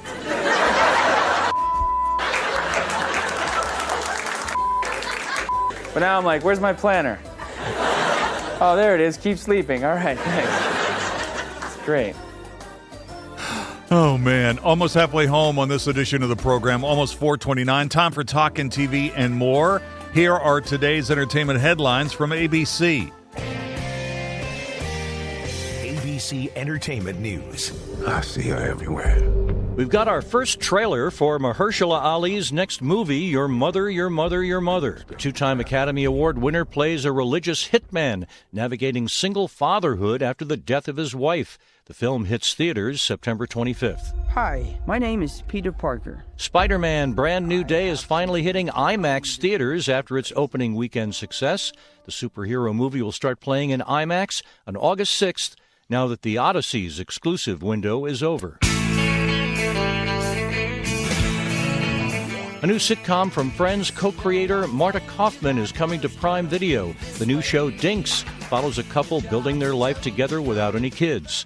Paul Scheer and June Raphael will star as the leads. And happy birthday to actress and director Greta Gerwig. She's 43 today. Chuck Severson, ABC News. Chuck, thank you. We'll take a break for local news here at the bottom of the hour. And when we come back... What? Is Dave Allen coming in? Oh, yeah. He's coming in? Yeah. Two of you. Wow. At one the same show, time? 2 Daves. All right. One network. Well, whatever it is that's happening next, here we go. News at the bottom of the hour. This is MetroNews, the voice of West Virginia.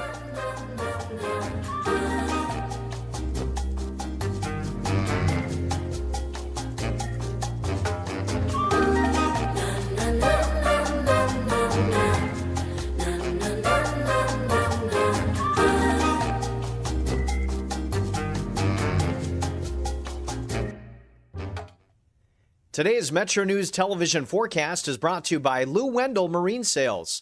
We sell family fun.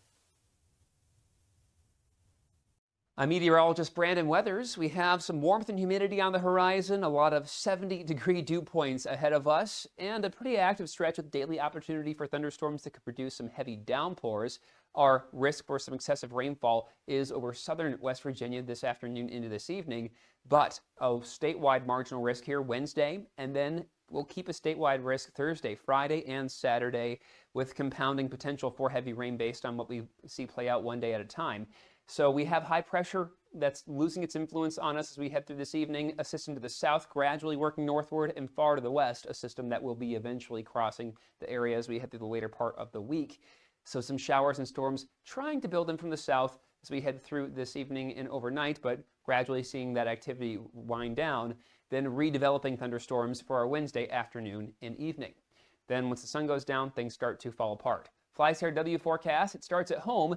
We will see a lot of areas with some stormy icons, making sure that we're packing for some wet weather wherever you're headed to. Panhandle to Panhandle forecast, mid-60s towards 70 degrees for lows, looking north tonight with some valley fog redeveloping as we saw play out this morning. 85 Morgantown, 88 Moundsville. More lows in the mid to upper 60s going east with 68 in Martinsburg and mid-80s here on Wednesday. Davis, 77 for a high temperature Wednesday. Elkins, 66 overnight.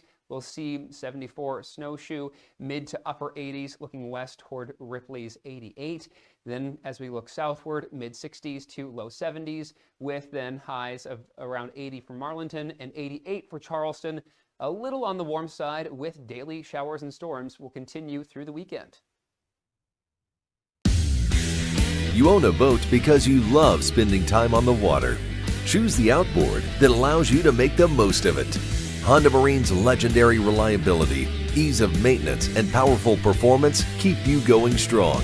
And they're all backed by the peace of mind protection of the industry's best limited warranty. Visit your Honda Marine dealer today and find out why it's more than an engine. It's your time on the water.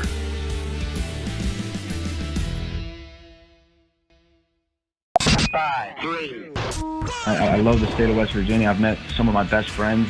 I'm excited to be back. I still have my pickup truck. I still have four-wheel drive. One of the ladies asked me in the forum if I know how to drive in the snow. I told her, oh yeah, I spent 5 years in Elkins. See, that's one of those things. Now that you're coming to Fairmont, you've handled the Elkins winter. Yeah, this if you can handle Randolph County. I mean, you're moving. This is basically coming back to Florida here when you get to Fairmont. I mean, this is easy. It's going to be a breeze. Sportsline on Metro News Television. If it matters in West Virginia, it's being talked about here.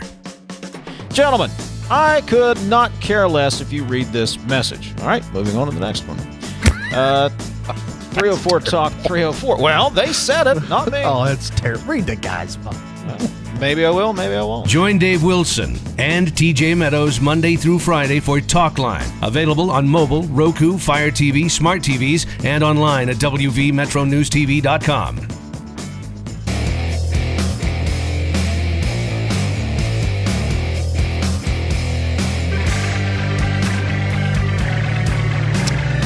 All right, welcome back to the show. 26 minutes till the hour. Dave Allen's going to join us here in just a matter of moments. I guess we're trying to set a record for the most Daves in an hour in the history of the MetroNews network. I need to know what that record is. And we're threatening it between me and Dave Bryan and Dave Allen. Anybody heard from David Brenner lately? No, not lately. Oh, not lately. I think he's dead. Still dead. He's still dead. Question of the day. You had to do it. Get a college football question out there. Ohio State is number one in the USA Today 2026 preseason college football poll. They got 38 out of 72 first-place votes. Highest preseason finish for the Scarlet and Gray since 2015. But consider this, that just 4 teams since they started and finished the season at the top of the rankings since USA Today took over administrating the coaches poll back in 1991. Oregon is number 2, their highest opening spot in program history. Georgia is 3rd with 7 first-place votes. Texas, last year's preseason number 1, is number 4 with 2 first-place votes. Notre Dame is number 5, edging Indiana. The SEC got the most teams in the preseason top 25 with 9. The Big Ten has 8. The Big 12, where West Virginia resides, 4, led by Texas Tech. The ACC has 3 teams in the top 25. So here's the question of the day, and it is sponsored by Salango Law. What teams always seem to be ranked in overrated in college football preseason polls? What teams always seem to be overrated in college football preseason polls? And secondarily, will WVU be ranked at any point this season? Will the Mountaineers be ranked at any point this season? To respond, text those in, 304-TALK-304. 304-8255-304. Tweet me. I'm on Exit Weekly, WEEKLEY. One word, 3 E's, WEEKLEY. Now, Anthony Lewis is going to be here in a half an hour, and we'll talk about Mountaineer football. But Dave Allen is here now to talk about Marshall football. And Marshall football this year, Carlos Del Rio Wilson is the Sun Belt Offensive Preseason Player of the Year. Mm-hmm. So, I think you should probably go by Dave Del Rio Allen, at least for this upcoming season. I think that'd be a good nickname. Can we start this segment, though, on a very, very sad note? Yeah, we have lost one of the great pro wrestlers of all time, Dory Funk Jr. The great Dory Funk Jr., NWA World Champion, second longest reigning NWA World Heavyweight Champion of all time after the great Lou Thez. He has passed away at the age of 85. Well, that's a really good run for a pro wrestler. Most of those guys are broken by the time they're 50 years old. Of course, the famous Funk family, Amarillo, Texas. His late brother, Terry, who passed a couple of years ago. His father, Dory Funk Sr., both Funk brothers were NWA World Heavyweight Champions, and so I just got to give your proper respects to Dory Funk Jr. Hey, we talk about pro wrestling on this show, and we get a big response to it. So what's the story with Paint the Capital City Green? What's going on with that? It's an annual event that goes on in Charleston. It's at the Bill Noe Flight School up at West Virginia International Yeager Airport, and if you've never been up there to see the Bill Noe Flight School that Marshall has up there, it's absolutely fantastic. But it's a big old party inside a hangar, and it's going to be August the 27th at 6 o'clock. You got Marshall coaches, Tony Gibson, Corny Jackson will be there, Julie Folks, Caleb Bowen, and others. The athletic director, Gerald Harrison, will be there. Of course, normally speaking, the Marshall president, Brad Smith, is there. And Marshall student athletes come up there for a little bit of a roundtable. Steve Cotton, the voice of the Thundering Herd, will be there. And myself and Steve Animal from 98.7 The Mountain, Wild and Wonderful Classic Rock here in Charleston. We've had the pleasure of serving as the MCs for this great event for the last several years. And if you're planning on coming, it sells out. Exactly. Every year. It sells out every year. That's why I'm on here now when the event's not till August the 27th. But it's a very informal type setting. You just get all these Marshall fans. And look, not everybody that comes to Marshall fan, because it's catered by Chef Paul's folks. Hello. Okay, there's that. And there's lots of food and drink of all kinds. There you go. What time does it start? Starts at 6. And usually wraps up about what time? About 8:30, All right. something like that. And the So, band is there too, right? generally speaking, the band, the cheerleaders, dance team, they for one reason or another, they can't always come every year. But and I have not seen the exact lineup this year, but they have been there in the past. I will tell you, I've never done an event that the cheerleaders weren't there and the dance team weren't there. I'll say that. It's just a good old time. And it's very, like I said, a very informal setting. And Coach Gibson and all the coaches get up and speak a little bit about last season, what they expect this season. It's not every day you get an opportunity to come out and just hang out with the coaches like that, so it's a good time. Would you find anybody at that party who might have a couple extra tickets to the opener at Penn State? Well, it's possible. It's possible, right? And that's another thing, too. You bring up a really good point. One of the things that they do there is they always do some sort of an auction, and when they do an auction, it's generally speaking, again, I don't know the particulars on this one, but it generally is a road trip, flying down with the team kind of a thing. And I'll just tell you this, if you've probably had Gerald Harrison, the athletic director of Marshall, on the show. We had him on Midday yesterday. He is absolutely just one of the most fun guys in the world to be around. And you get him at an event like that, he's even better. I mean, it's good. It's a good time. He came from one of my favorite schools in the OVC. Well, he used to be in the OVC, Austin Peay. Mm-hmm. And he's pretty excited about the fact that Marshall's got, 10 or 11 athletes with this Colorado ruling that might get some eligibility They might back. be, and Boogie Trotter's one of them. The interesting thing, though, in talking, we've interviewed A.D. Harrison twice about that on Midday, and he's kind of got to walk the line here because on one hand, he says, the attorneys and these athletes sued the NCAA. Well, in a manner of speaking, we are the NCAA. He's actually said that on the first show, and he said, so we welcome them back if they choose to come back. However, their spots may not be available, because their spots have been filled. So I'm hoping that works out okay. But yeah, there was a quick programming note. The attorney in that case, Stephen Noe, will be on MetroNews Midday with us tomorrow. There you go. Had to cancel him today, or he had to cancel us because he's got a big trial going on. But Matt, jump in here because I want to get your take on this as well. I guess the biggest story about Marshall football, there's a bunch of big stories, but one of the biggest stories literally broke right after we left the air last night about Deron Parks from Nitro has left. Well, he never enrolled, I guess, at North Carolina. He was committed to Florida State. Last December at Nitro High, they had a big reveal where he was going to go, what they did with the hats, where he had a WVU hat, an Ohio State hat, and he picked Notre Dame.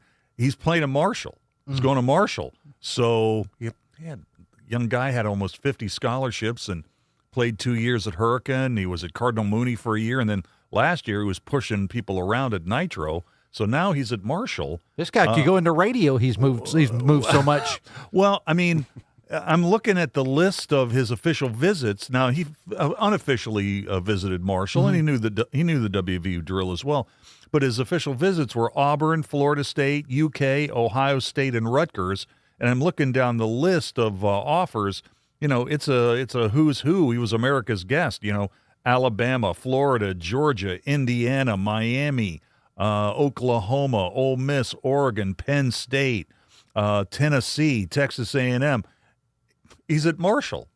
He's at Marshall. So you never know what's really going to happen in this crazy era of the group of six where, will he play there 1 year and transfer out? Will he stay there? But I tell you what, I'm sure that Carlos Del Rio Wilson is probably very happy to have. Matt, did you do any games with him last year? He's like a refrigerator with a hat on. I mean, I was on the Hoover call last year, so I haven't seen him, but we would get done sometimes early, and I'd flip over and listen to Chris Lawrence and the crew do a game, and so I've heard several of their games. Yeah. Marshall kind of has a history of pulling some local talent from time to time. Well, sure. Ethan and Toby Payne more recently, they both wound up down there. Yeah, that's right. I think it's a great grab for Marshall. Yeah. Oh, absolutely, 100% it is. I just kind of feel like this story's a little underreported. He had his pick of any schools, and I don't know. I guess we're going to find it. Like I say, this is kind of a developing story. It happened yesterday right after we left the air, but Tony Gibson got him in the truck, and he's got a wingspan of like 6'10". We can't fit him in here. We'd like to have him visit.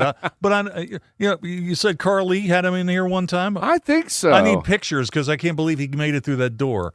Well, maybe he got an NIL deal with the Jim Steak and Spaghetti House in Huntington. Hey, speaking of Chef Paul and Jim's Spaghetti House, how is the food usually at this Capital City It's Chef Green? Paul. Yeah, that's pretty good. I mean, you didn't say anything else.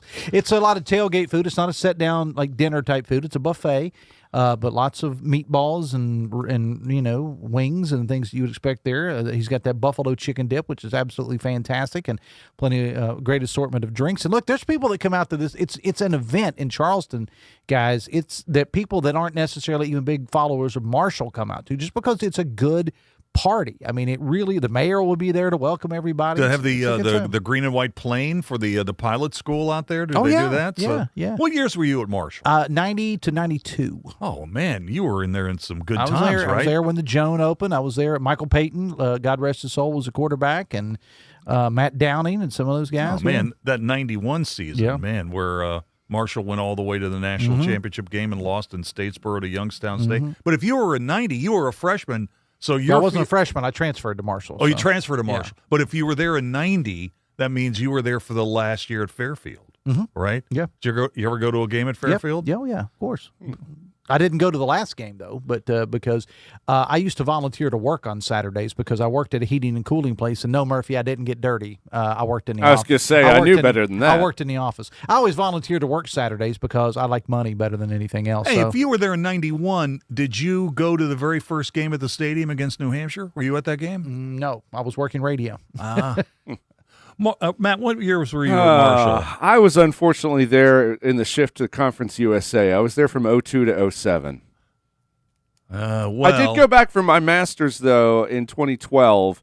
So I was around for the Rakeem Cato years, which was a better time than my undergrad. He just completed a pass to Tommy Schuler, and they have no eligibility for like a decade. Yep. That's good stuff. He had a great career in the CFL. Oh, yeah. Yeah, absolutely. Guy was great. Absolutely. Those guys were unstoppable. I think they're both in the Marshall Athletic Hall of Fame, aren't they? I believe so, If they're not, they definitely should be. Give me the date on this one more time. It is August the 27th at the Bill Noe Flight School, West Virginia International Yeager Airport. It starts around 6 o'clock. It's when doors will open. As I said, Steve Animal and myself will be serving as EMCs, and we have the last several years. Plenty of all the Marshall coaches are going to be there. Players will be there. Steve Cotton, the voice of the Thundering Herd, will be there. He does a little round table. Sometimes, if time allows, we take questions from the audience. It's just a laid-back, good old time in the capital city. How about Steve Cotton? Didn't he just celebrate like his 30th year as Something the like voice that. of the herd? Yeah. It's crazy. Yeah. He is so good. Yeah, he is. He's very good. And look, there's a lot of good stuff going on at Marshall right now outside the athletic program. And Brad Smith is just killing it down there. And he's such an accessible billionaire. That's something you don't see very often. I mean, he'll be there. He and his wife normally come, and he's just talking to everybody and hanging out with the wait staff and the whole deal. He's just that kind of guy. I'll say this. I think that both WVU and Marshall have two really good presidents right now. Not that they haven't had good ones in the past, but I think right now they have got two great presidents and two great athletic directors right now. Yeah, I would definitely agree with that. Dave, thank you. Yep. I'll talk to you tomorrow. Oh, I'll be in your chair tomorrow where you're sitting now. Okay. It's weird. It's a weird feeling to be here. Amanda sits in it before I do. Does and then she? Daniel sits in it before that. So yeah, but none of them are named Dave. Yeah, that's true. That's right. That's exactly right. They need to get with the program here. All right, let's take a quick break. We'll come back and open up the On This Date file in just a moment. MetroNews Hotline, presented by Salango Law, will return right after these messages. The best selection of WVU apparel is at Daniel's Men's Store. Exclusive designs you won't find anywhere else. Stylish, sophisticated, and unmistakably Mountaineer. Shop in store or online at danielsofmorgantown.com. Leading the efforts to build a stronger West Virginia, the High Technology Foundation has a proven plan to strengthen and diversify our state's economy. The I-79 Technology Park's high-capacity infrastructure continues to attract advanced federal operations that are driving economic growth. This keeps our young, educated residents in the state and brings West Virginians home. The High Technology Foundation, building a stronger West Virginia. Learn more today at WVHTF.org.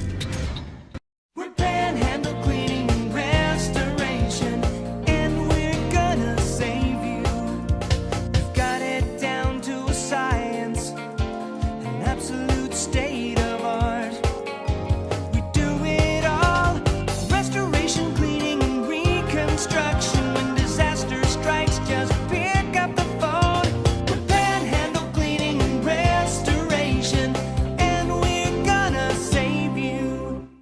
In 1914, the same year the first commercial flight soared and the Panama Canal opened, Greer Industries was born. Herbert and Agnes Greer began in Morgantown, West Virginia, striking the first pick into the limestone formation that would become the backbone of one of the state's great industrial legacies. From the roads we drive on, the buildings we build, and the communities we serve, Greer Industries has been delivering quality for decades. At Greer Industries, we've been improving lives for more than a century. You own a boat because you love spending time on the water. Choose the outboard that allows you to make the most of it. Honda Marine's legendary reliability, ease of maintenance, and powerful performance keep you going strong. And they're all backed by the peace of mind protection of the industry's best limited warranty. Visit your Honda Marine dealer today and find out why it's more than an engine. It's your time on the water.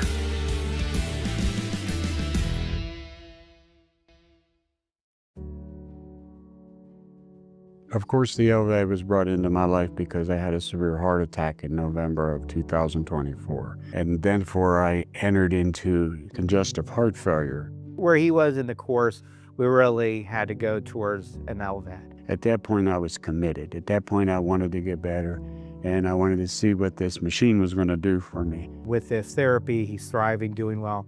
And not only is he living, he's thriving.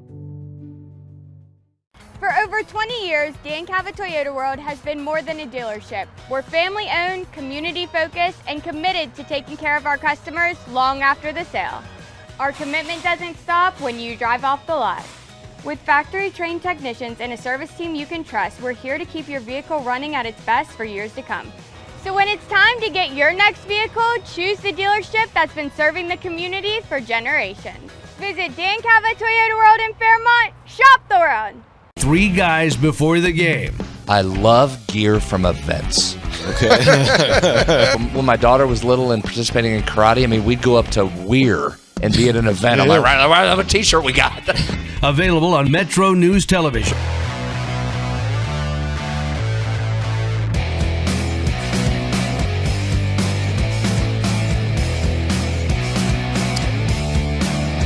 All right, welcome back to the show. Wasn't it a nice visit with Dave Allen? Dropping by. It's always nice when he's here. He's got his local show on our flagship 580 WCHS in the morning and then hosts Midday every day here on the network. All right, we'll get into the Mountaineer thing, too. Anthony Lewis will be here in about 15 minutes. But now, let's jump into the On This Date file, and we'll begin with the birthdays. And as always, we will begin with the sports birthdays.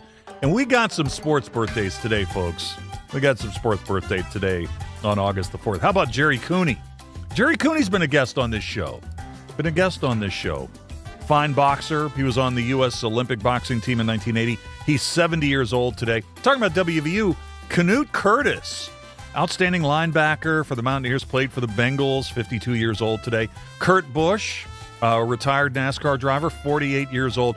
But, you know, talking about NASCAR drivers, Jeff Gordon's 55 years old today. Jeff Gordon, 4-time Winston Cup Series champ. Here's his first Cup win. And what a way to break in. He won the Coca-Cola 600 in Charlotte in 1994. Set on the pole at 181.439. He will become only the 5th driver in 35 years to win the Coca-Cola 600 at Charlotte, North Carolina from the pole. Checkers are out, and they are down, and it is Jeff Gordon victorious this evening on this Memorial Weekend at the Charlotte Motor Speedway. I'm speechless, man. I mean, this is the greatest day of my life. I don't know what to say. I mean, you know, it's a wonderful feeling, but I owe so much to this crew. I told everybody we weren't going to be fast at the beginning, and that we'd be there when it got dark and the lights came on. Yeah, that's true. Jeff Gordon, happy birthday, 55 years old today. The Rocket, Roger Clemens, is having a birthday today. Clemens, who's actually born in Dayton, 64 years old today, 7 Cy Youngs, so many great games. Let's flash back to this one, though. 2000 ALCS Game 4, 15K one-hitter against Seattle. The 0-2, struck him out splitter. And here comes the 2-2. He struck him out swinging. Blew it by. He is. They've never been better than this. The 1-0 is hit on the ground to short. Jeter fields, throws across, in time. Ball game over. Yankees win. The Yankees win. Roger Clemens pitches the best game you've ever seen pitched.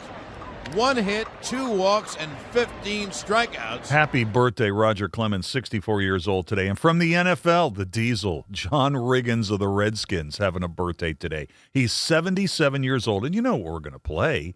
That touchdown run where he was the MVP in Super Bowl 17 against the Dolphins. Here it is. Like a couple of expectant fathers, Shula pacing the sidelines, Gibbs irritated. There's Bill Arnsparger. Of course, he's made his defensive call.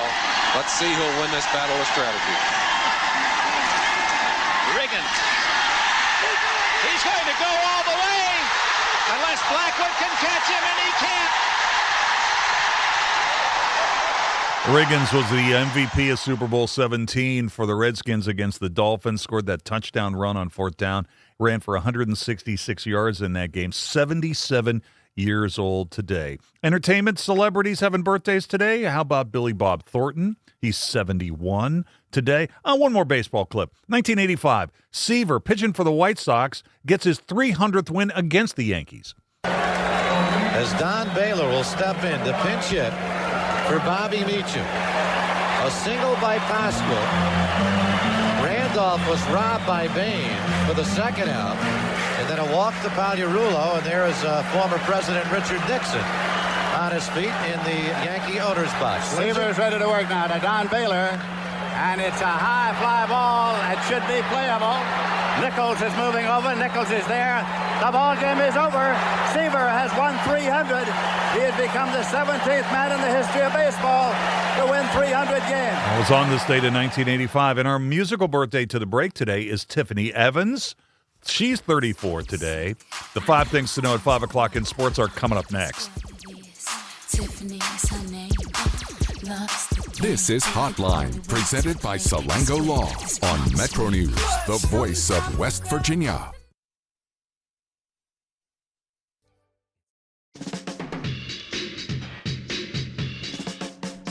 Morning, TJ Meadows. Good morning, sir. It's yet another beautiful day to be in pursuit of happiness, is it not? I like the optimism. Let's see if we can take care of that by the end of the show today, shall we? Any thoughts, Mr. Meadows? Talkline, available on mobile, Roku, Fire TV, smart TVs, and online at WVMetroNewsTV.com. I had a severe heart attack in November of 2024. And then I entered into congestive heart failure. We really had to go towards an LVAD. And not only is he living, he's thriving. For over 20 years, Dan Cava Toyota World has been more than a dealership. We're family-owned, community-focused, and committed to taking care of our customers long after the sale. Visit Dan Cava Toyota World in Fairmont. Shop the world. At Daniel's Men's Store, exceptional style begins with a curated selection and finishes with a flawless fit. When it's time to buy a suit, Daniel's is here to make sure yours is one of a kind. Discover tailored suits you'll only find in-store at Daniel's. In 1914, the same year the first commercial flight soared and the Panama Canal opened, Greer Industries was born. Herbert and Agnes Greer began in Morgantown, West Virginia, striking the first pick into the limestone formation that would become the backbone of one of the state's great industrial legacies. From the roads we drive on, the buildings we build, and the communities we serve, Greer Industries has been delivering quality for decades. At Greer Industries, we've been improving lives for more than a century. You own a boat because you love spending time on the water. Choose the outboard that allows you to make the most of it. Honda Marine's legendary reliability, ease of maintenance, and powerful performance keep you going strong.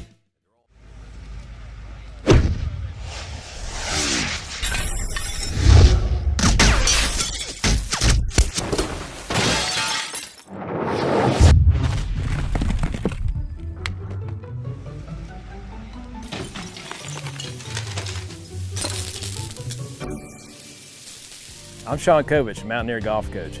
When disaster strikes your home, business, or golf game, call the restoration company the Mountaineers call. Panhandle Cleaning and Restoration. Leading the efforts to build a stronger West Virginia, the High Technology Foundation has a proven plan to strengthen and diversify our state's economy. The I-79 Technology Park's high-capacity infrastructure continues to attract advanced federal operations that are driving economic growth. This keeps our young, educated residents in the state and brings West Virginians home. The High Technology Foundation, building a stronger West Virginia. Learn more today at WVHTF.org. Download MetroNews Television on your iPhone or Android. Search MetroNews Television in your app store. Create an account today to get alerts and watch all live and archived content. Download now. We're going to do public math, so it's 31 divided by 4. Yeah, just under 8 per win. Just mark it down. Put Tony and I down for 8, Coach Hunter. Put us on the prediction show for 8. We already got it. There's the math. Just go. Sportsline on Metro News Television.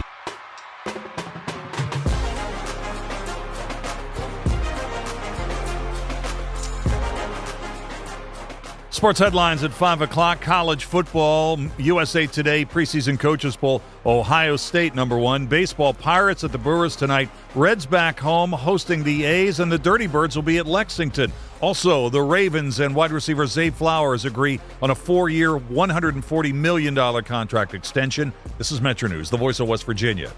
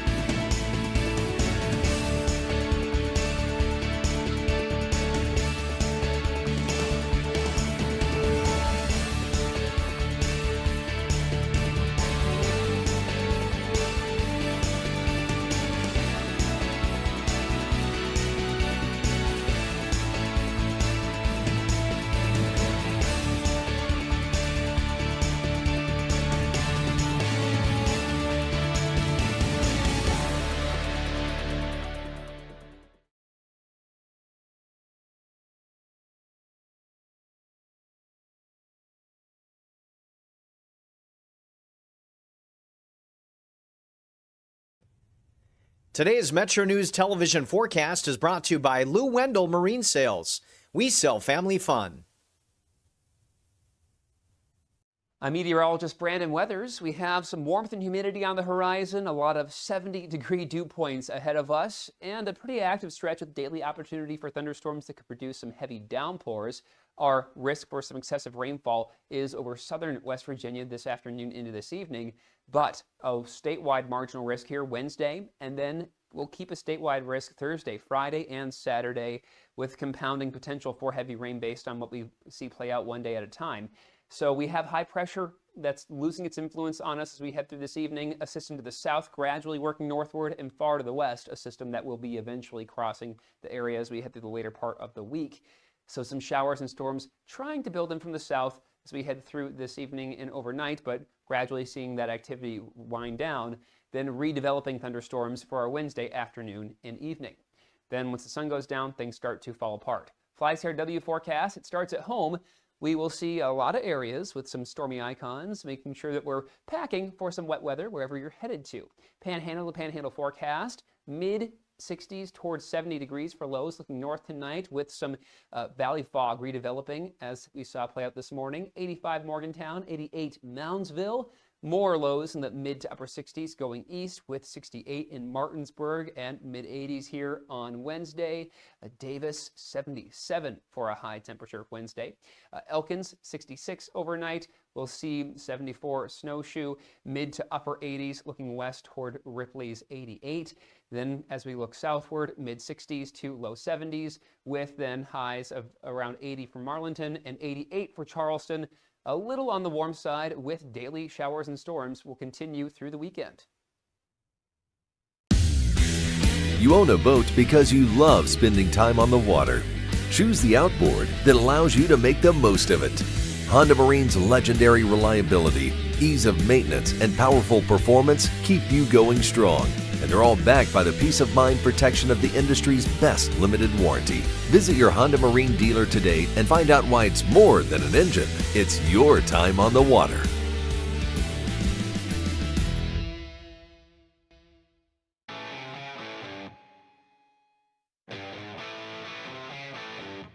This is MetroNews Hotline, presented by Salango Law. MetroNews Hotline is a 3-hour audio tour navigating the world of sports, news, entertainment, tech, and more from a Mountain State point of view. Hotline is a no politics zone. You can join the conversation. Text the show at 304-825-5304. 304-TALK-304. Here's the host for MetroNews Hotline, Dave Weekley. All right, welcome back to the show. It's 5:06 in West Virginia. Time to start the third and final hour of our program today, MetroNews Hotline. Now, we've been at it for a couple of hours. You know, if you're in the car and you're just leaving the office or you're out in the car driving around, you may not be aware of this because you may only listen to the show when you're behind the wheel. That's okay. That's okay. You know, it's a one-way relationship, but I do want to let you know that we get going every weekday afternoon here at 3:06 on the Metro News Radio Network and take you all the way through until 6 o'clock. And if you want to double back and check out what we've been up to, you can always go to well, you can find the podcast anywhere. But listen, here's what I do. The easiest thing to do is just go to the website. The website's got it all, WVMetroNews.com. Hit that podcast link. You'll find our show, all the other shows that are produced on the network. They live there as well. And if you haven't been over to the website lately, there is tons of West Virginia-related news over there that gets updated 24/7. Oh, and for those of you who are watching on YouTube or Facebook Live or the Metro News TV app, a very special video hello to you as we move along through this final hour. And we got a lot of stuff to get into in this hour. Oh, man, we got a lot of response to our question today about college football. Listen, if you're not ready for football and you're ready for the summer to continue, I don't know what to tell you. Too bad. I don't know what to tell you. You know, I was talking to Coop about this a couple of days ago. That remember when you were a kid and the summer would begin and it just seemed like an endless period of time. It's like, hey man, we'll get together. And well, maybe you will, but now it's August. And so now every moment is precious before you go back to school. Did July even happen? Yeah, just like whip through here, right? Whip through here. In and out. That's crazy. But anyway, we got a lot of stuff to get into. high school football practice in West Virginia started yesterday. And we got Troy Lilly from Coalfields and Company coming up at 5:33. I read this article that he posted at his website, which is excellent, by the way, about the top 10 regular season West Virginia high school games, AAA and Quad A. We're going to go through some of those. That'll be at 5:33. And we're lucky enough also to get Anthony Lewis in here. We flagged you down before you go to the Billy Strings concert. Yeah, I'm looking forward to that. Yeah. Looking forward to that. What a talent. So where are your tickets? I have no idea because I wasn't going, and a friend texted last night and said, hey, I got a spare. Do you want to go? And you said absolutely. Yeah, I know. I'd originally planned to go to the April show, and then something happened, and I wasn't going to be able to go. Yeah, he broke his leg while he was skateboarding behind the stage. Yeah, so I had tickets, and then I didn't think I was going to be in town today. Then that got canceled. I had to do some stuff with my mom today, and then here I am. There you go. Where I'm supposed to be. And we were talking about this in the 3 o'clock hour.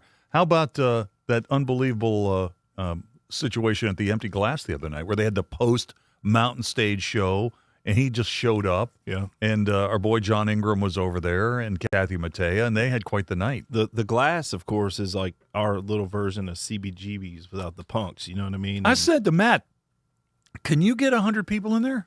I saw Unknown Henson in there years ago, and there was about 120 people in there, and I was basically sitting on somebody's lap. Yeah, it's really not big at all. Yeah, it's a small little club, but, I mean, it's the best place.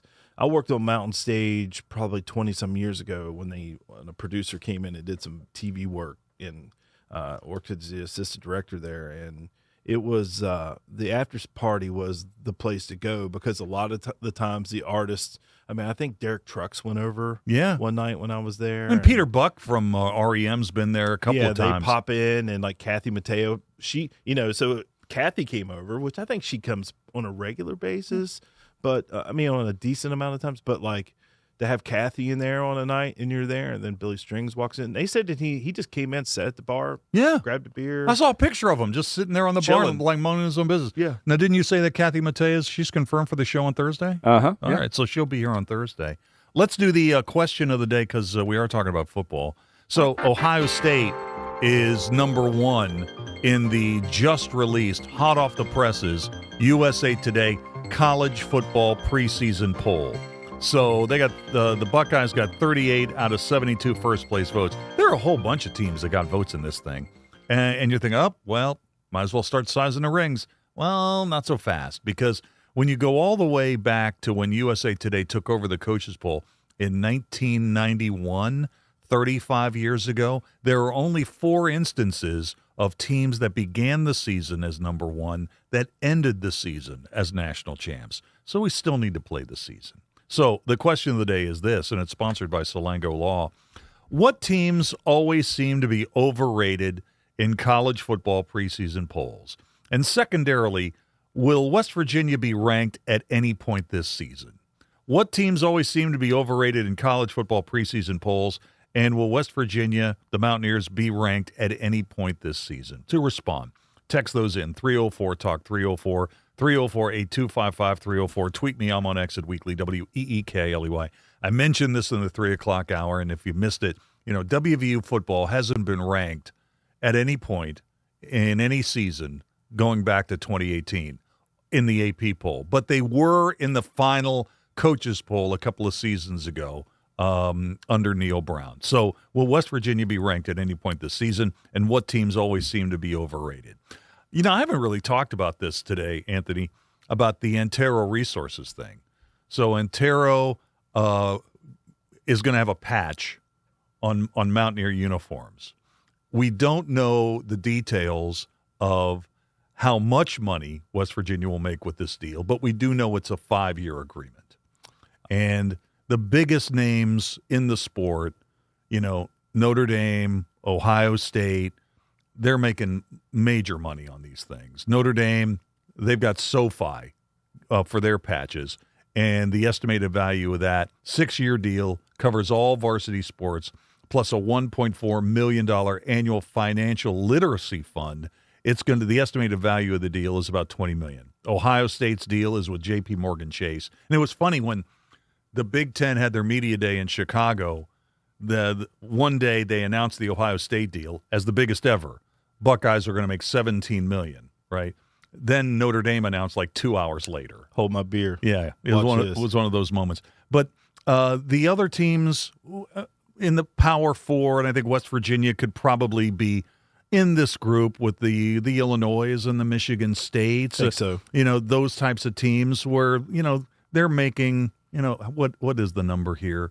Somewhere between $3 and $5 million. I think that's probably fair. I was thinking this thing maybe between 24 and 30. Well, of course, I'm throwing out weird numbers. Like 24 and 30 million over the 5-year span. They're saying, I'm looking in my research, it just basically said average Power 4 programs usually settle in the $1 to $5 million range. So that's probably where this is. But this is where it's headed. Yeah, we'll see what they do.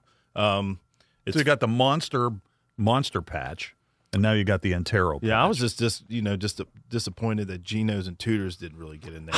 I'm glad you brought that up because that is kind of interesting. It's sort of like when you look at what Notre Dame is doing or what Ohio State is doing, there's going to be like a Ohio State credit card. And so Buckeye fans will go through coast to coast, will get it through Chase. SoFi, same thing. An Antero sponsorship is more about like they just want to get the name out there, get it associated with West Virginia. Yeah, and so you could have bought the Mountaineer Tudors biscuit, and like $2 of the biscuit could have went back to WVU. I know.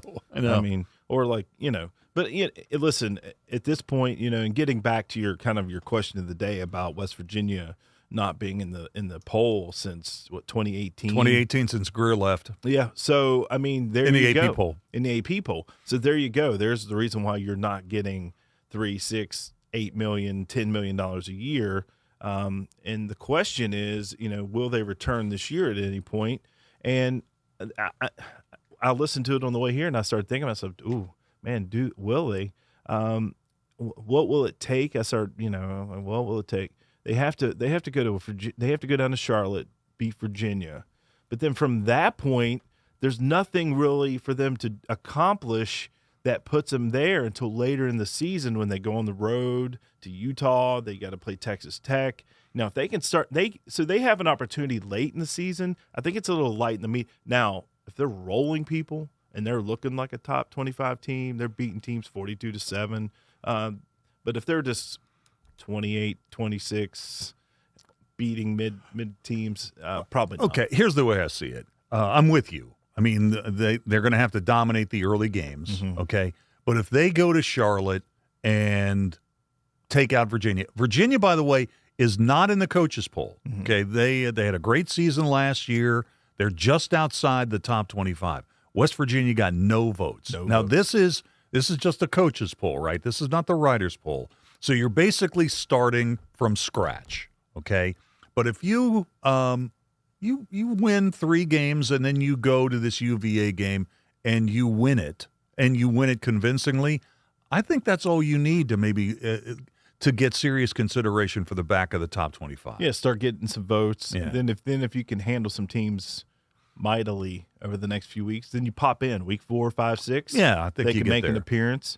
And then, will you stay? Well, do you go to find Utah out. and win? Do you beat BYU? Wait, do they play BYU? No, they play Utah. Utah. Yeah, go to Utah and win.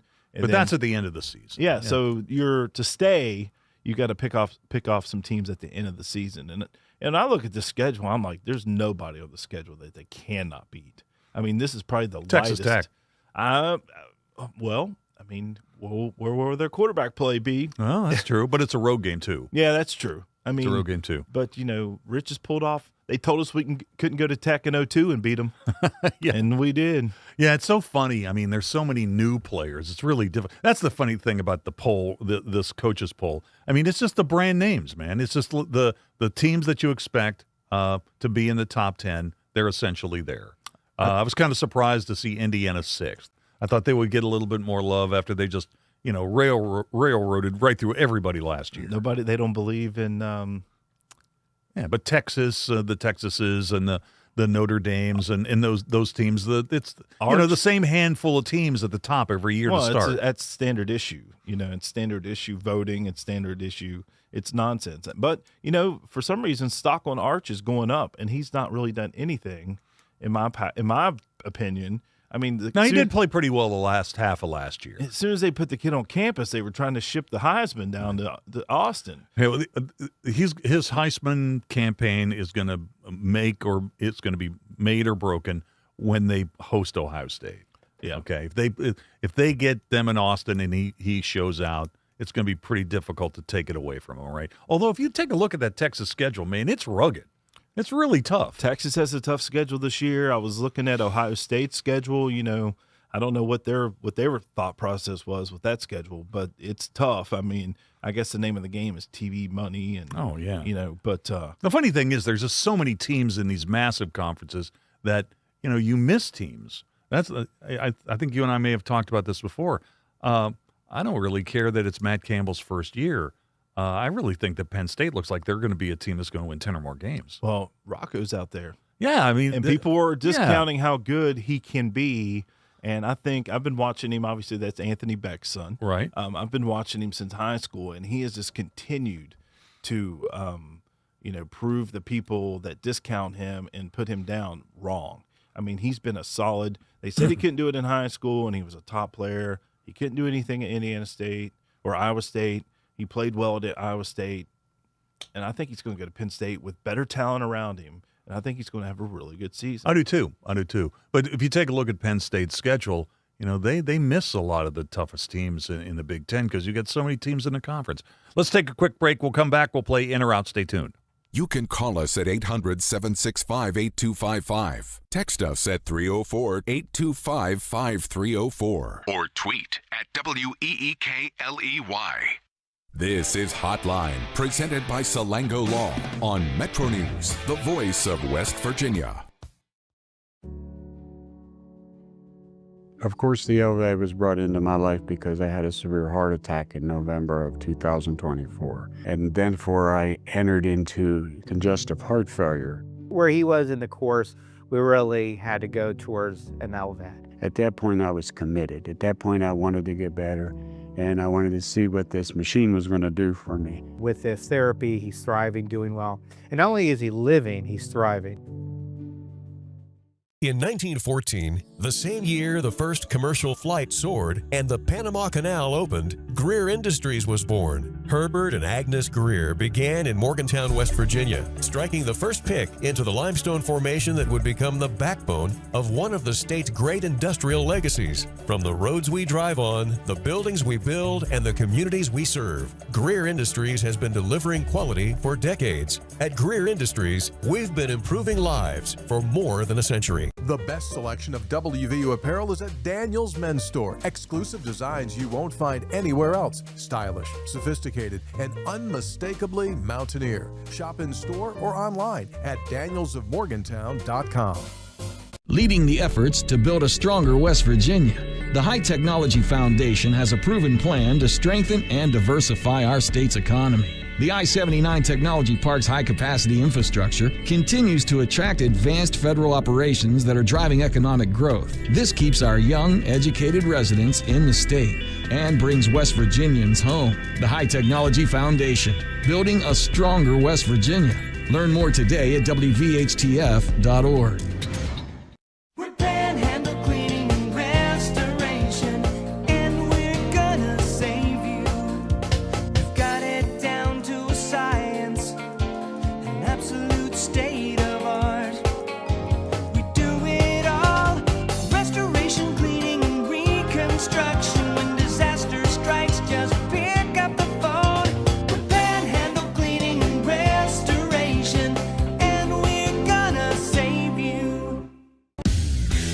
You own a boat because you love spending time on the water. Choose the outboard that allows you to make the most of it. Honda Marine's legendary reliability, ease of maintenance, and powerful performance keep you going strong. And they're all backed by the peace of mind protection of the industry's best limited warranty. Visit your Honda Marine dealer today and find out why it's more than an engine. It's your time on the water.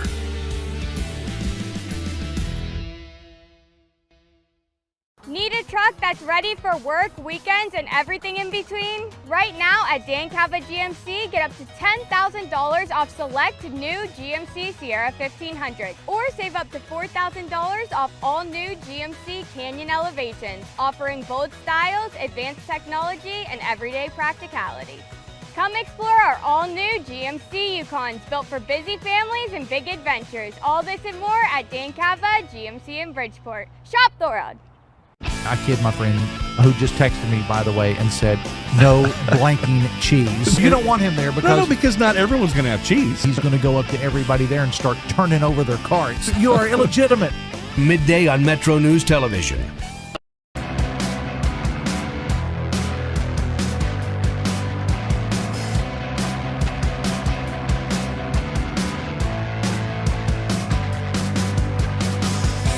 All right, welcome back. We'll be talking high school football with Troy Lilly from Coalfields and Company. That'll be coming up in about 10 minutes.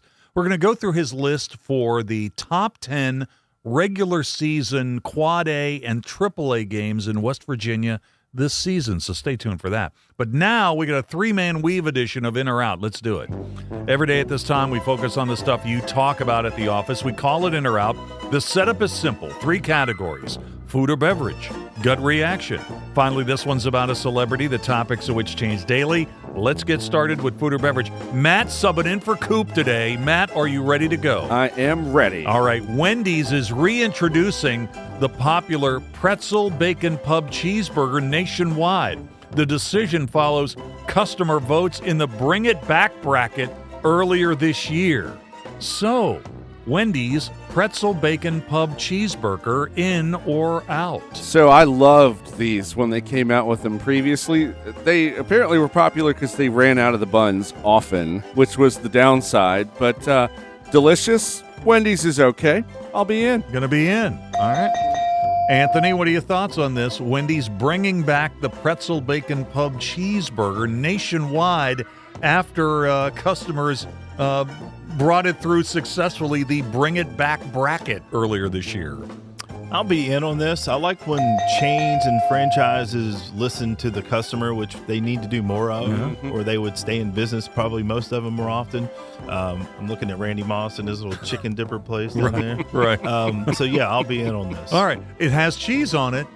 Yeah. Well, but Anthony doesn't like cheese. Well, I mean, I'm just in on them bringing it back. Oh, okay. I'll just have them take the cheese off. Okay. Yeah, you know what? It's been a while since I've had the pretzel bun at Wendy's, but you're right. It's good. Mm-hmm. It is good. Mm-hmm. And the key word here is bacon. Yes. So I'm going to be in. I'm going to be in on this. All right, gut reaction is next. A San Francisco-based company, Tao Robotics, is offering a humanoid robot home cleaning service at $30 an hour. The robots are not fully autonomous. Human operators control each machine remotely with AI assistance. A human adult must remain home during the visit. The service handles basic tasks like vacuuming and wiping counters.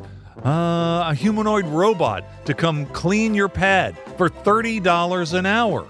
In or out? A human must be at home to make sure the robot doesn't accidentally eat your cats. Right.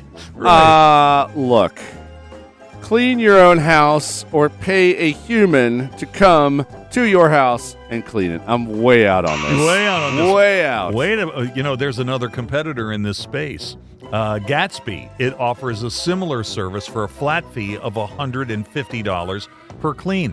Anthony, what are you thinking about this? A humanoid robot home cleaning service at $30 an hour, in or out? I'm going to be out on this. I just feel like this thing's going to be in my way. I mean, I would be annoyed with it being back in my room thinking, oh God, is it going to knock something over? I don't need this type of nonsense in my house. I mean, I'm not the cleanest person. I'd probably give myself about an 8, but I don't need a robot to do my work. There are some critics, and one of them says this technology is too early and the humanoid can't pick up objects on the floor that it knocks over. Exactly. So that's a problem. That said. Oh, no. That said. You're going to do it, aren't you? I'm going to go slightly in on this. Oh, man. And for $30, wouldn't that be fun to watch it? Just to see it try to clean your house for $30? No. He'll send it over to his pad down in Florida and have it do a little scrub down before he comes to visit. That's not a bad idea. That's a good idea. That's a good idea. Finally, this one's about a celebrity. I guess running backs are back in vogue because Bijan Robinson and the Falcons just reached an agreement on a 3-year extension worth $75 million that will make him the highest paid running back in NFL history. He's going to make $22.25 million per year. That's $2 million more than Saquon Barkley is making. Bijan Robinson of the Falcons, in or out? I didn't realize that he was making more than Saquon. Yeah? He's run for over 1,400 the last 2 seasons, so nothing to sniff at there. I mean, he's doing okay, but he's no Saquon Barkley. That said, I'll be, I guess, slightly in. That's slightly in. You know what? To be debated. To be debated later. Okay. Bijan Robinson, Anthony, in or out? I'm just happy. Can I have an old man yells at cloud moment? The running backs are back. How do you win football games? You run the football and play defense. I'm so happy for this. So I'll be in on Bijan Robinson. You know, as a WVU fan, I never really cared much for Texas, okay? But I never really had a problem with Bijan Robinson because he was so darn good. He's good. He is so darn good. Yeah, I'm going to be in on Bijan Robinson. All right, I'm going to have to be talking to you about the concert at some point tonight. Yes. You going over there now? I'm headed over. All right. Thanks for coming in, Anthony Lewis, Mountaineer Insider. We'll take a break. We're talking high school football. Best games of the regular season for the biggest classifications in our state. That's next. This is MetroNews, the voice of West Virginia.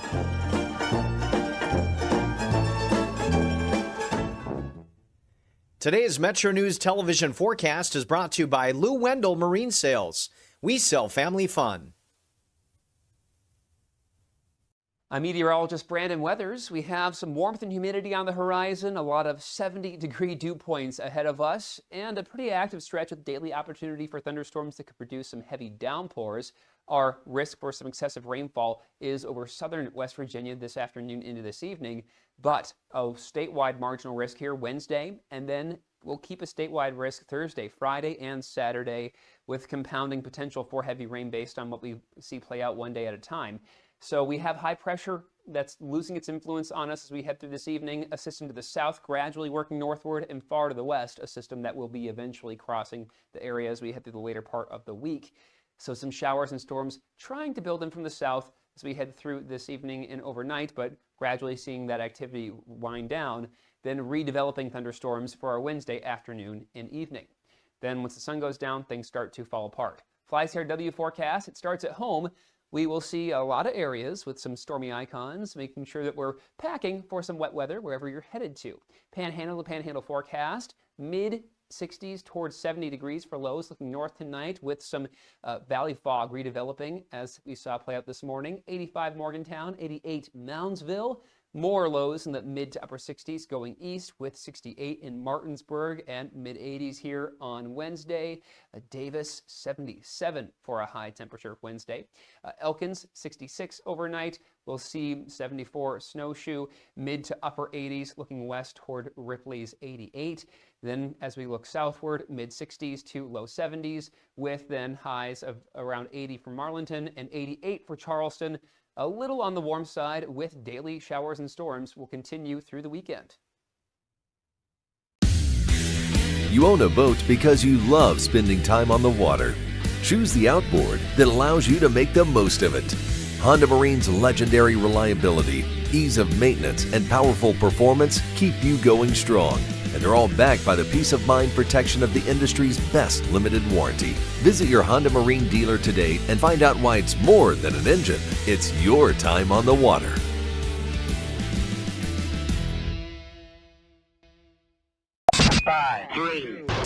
I love the state of West Virginia. I've met some of my best friends.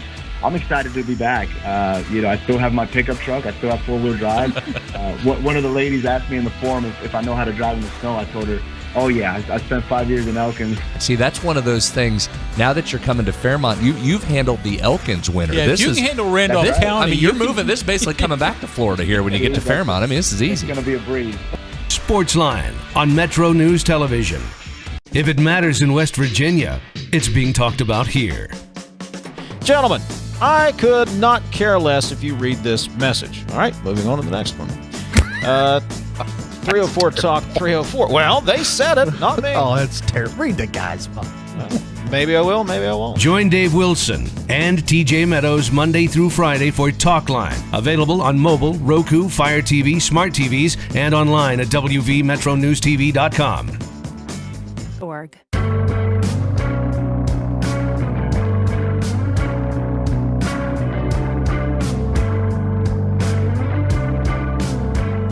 All right, welcome back to the show. Always enjoy a conversation with Anthony Lewis. I couldn't turn him upside down and get that ticket for the concert tonight, though. Well, I thought we were friends. You gave it a good effort. Yeah, that's right.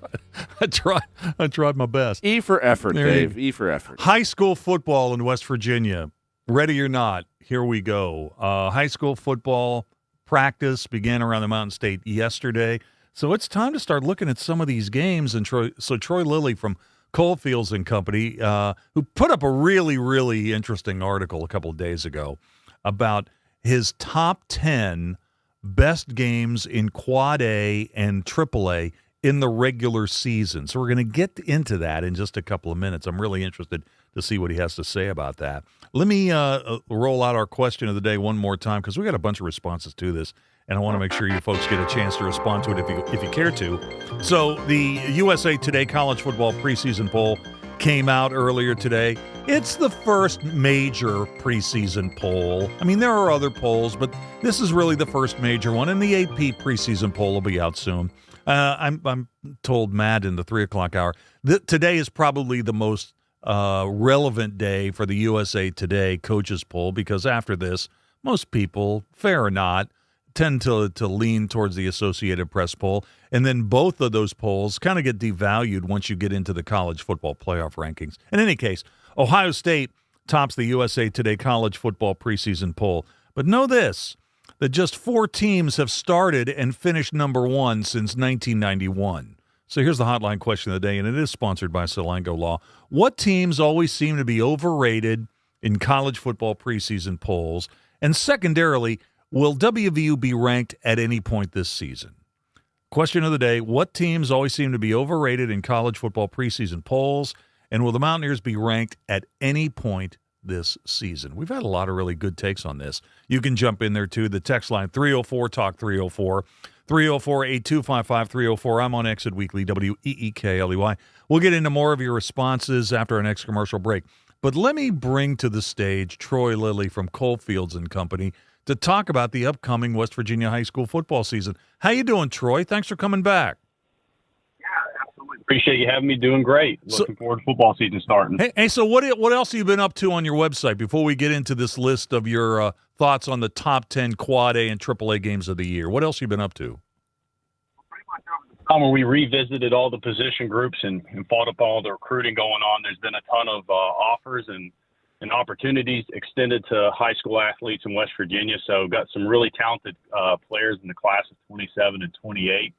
And, so pretty much trying to wrap up that and then turn it from, talking about individual prospects into the actual teams going into fall.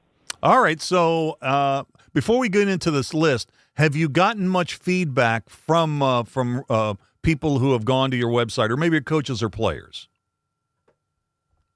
Yeah, we're pretty, we get a lot of feedback pretty much anytime we put anything out, whether it's, our top 5 players in the state or our top 5, punters in the Southwest. Everybody always likes to, rank and compare, and that's why we kind of do it more for fun and to start the conversation. So we pretty much get everybody involved, from players, parents, coaches, and everything in between. All right, so let's you got you cheated a little bit. You got 4 games that tie for number 10.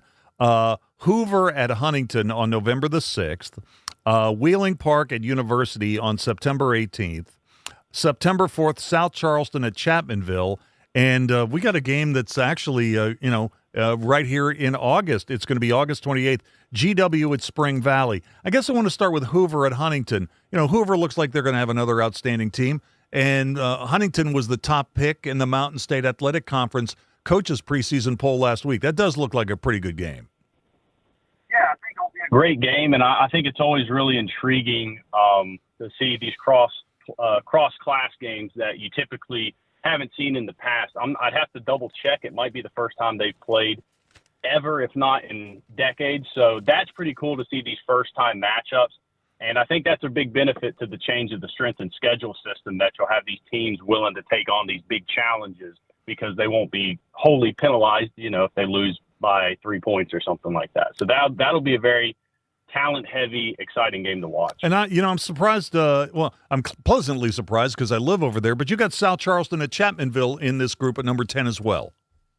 Yeah, I think they're both very interesting teams as well. Both of them coming from different directions. Chapmanville obviously had one of their best seasons, if not the best season in school history last year, getting to the semifinals. And then you have South Charleston, who, though the record might not have fully indicated it last year, they were a very young team, but very talented, plus a few players have transferred in. I think both of them look at themselves as if they're title contenders, and I think this will be an early matchup that can kind of tell the state whether they both are. Maybe one is, maybe one's a year away, things like that. So two outside contenders that I think want to make a statement early. Yeah, and the GW Spring Valley game is a really interesting game, too, because a lot's expected out of GW after what they did last year. But that could be a real hornet's nest that night at Spring Valley. They could really set the tone for an outstanding season if they could win that game.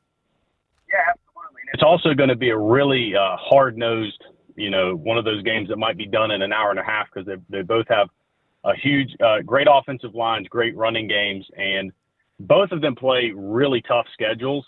And so that kind of heightens the implications of this. This could be the thing that dictates whether they get home field advantage later on in the playoffs, because I think both have outstanding staffs and programs. And so they're both looking to go as deep into the playoffs as possible. So these early battles are really crucial. All right, number 9 on this list, you got a battle in the Eastern Panhandle, Jefferson at Spring Mills. And this is another game where you've got two teams that really made deep runs in the playoffs last year. And this is another Week 1 game, right? This is August 28th.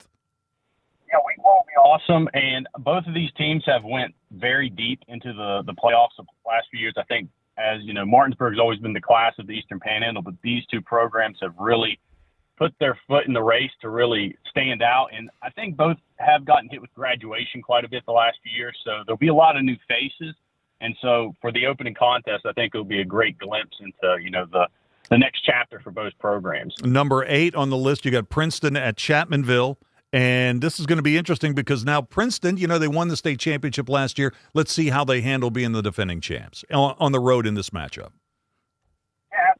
And I think both of these teams feel like they probably have something to prove. People are saying that, is Princeton going to be able to be back in the mix, even though they departed a lot of talent, including, Brad Mosser and Chapmanville.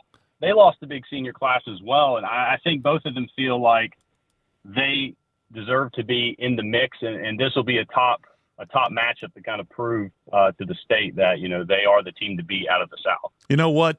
You've got Fairmont Senior at North Marion at number 7. They play September the 18th. Now, hey, that's what makes these lists great. I think I might have had this game a little higher because last year they just had an epic game.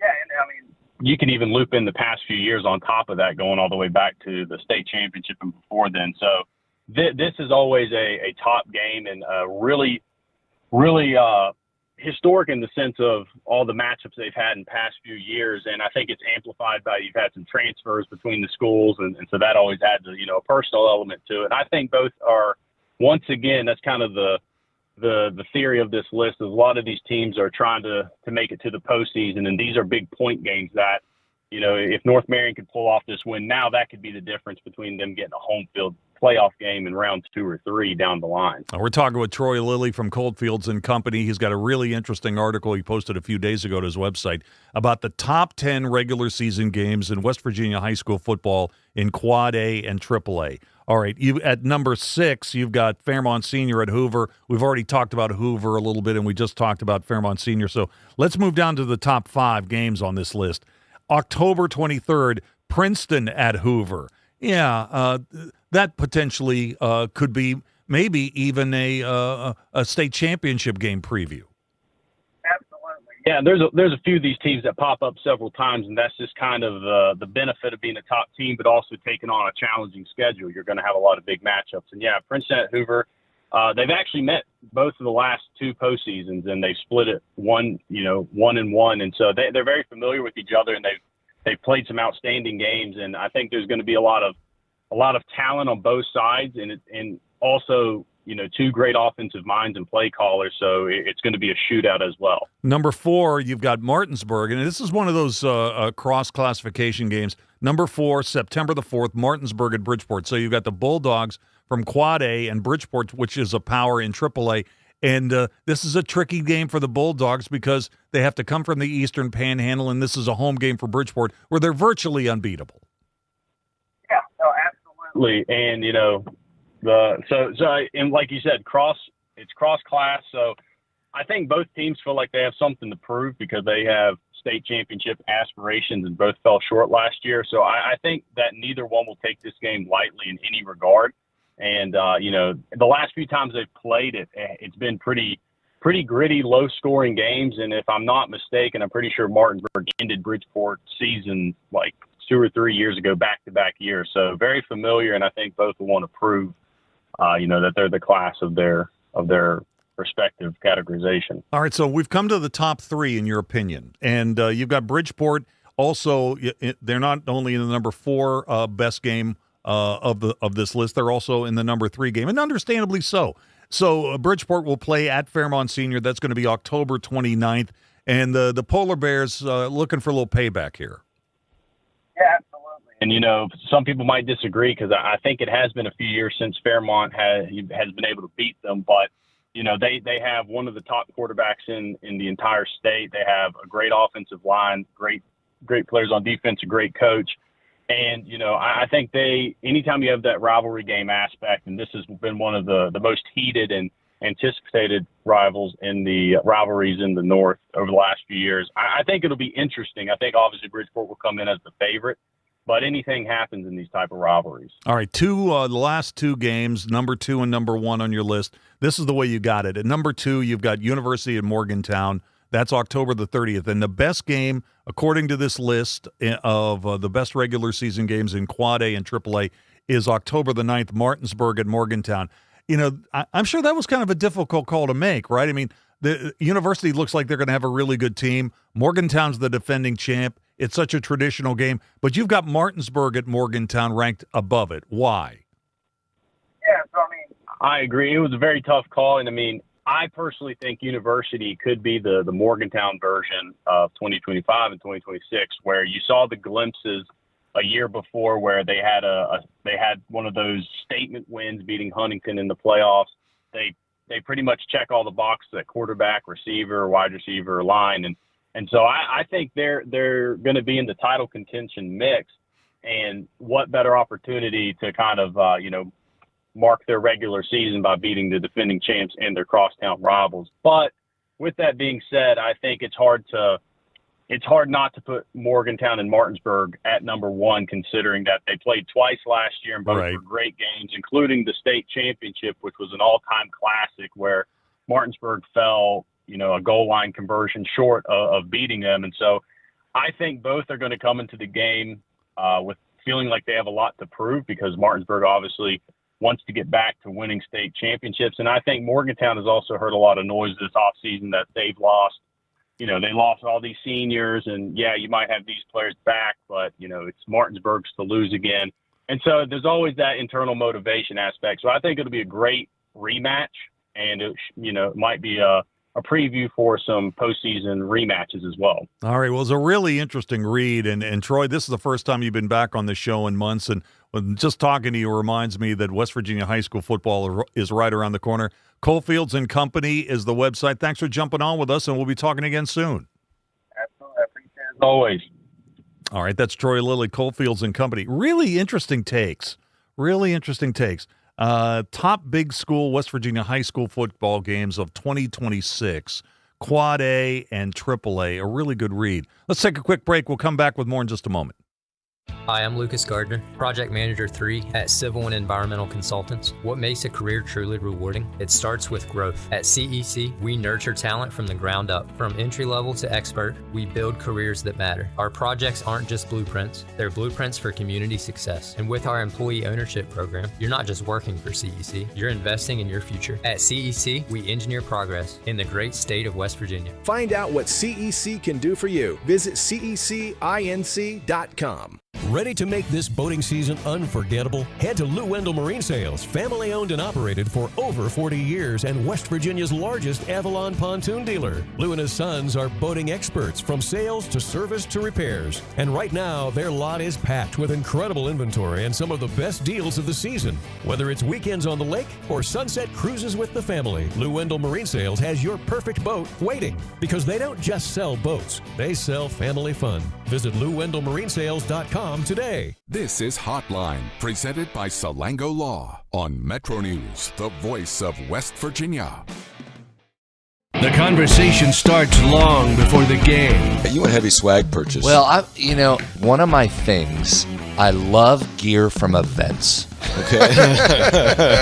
I just love. That's a thing. I gotta go get gear. Well, you're not alone, because there's a lot of people. A lot of people. When my daughter was little and participating in karate, we'd go up to Weir and be at an event. I'm like, right, I'm a T-shirt we got. Let's get a T-shirt for Let's get a T-shirt. 3 guys before the game. Available on Metro News Television. At Daniel's Men's Store, exceptional style begins with a curated selection and finishes with a flawless fit. When it's time to buy a suit, Daniel's is here to make sure yours is one of a kind. Discover tailored suits you'll only find in store at Daniel's.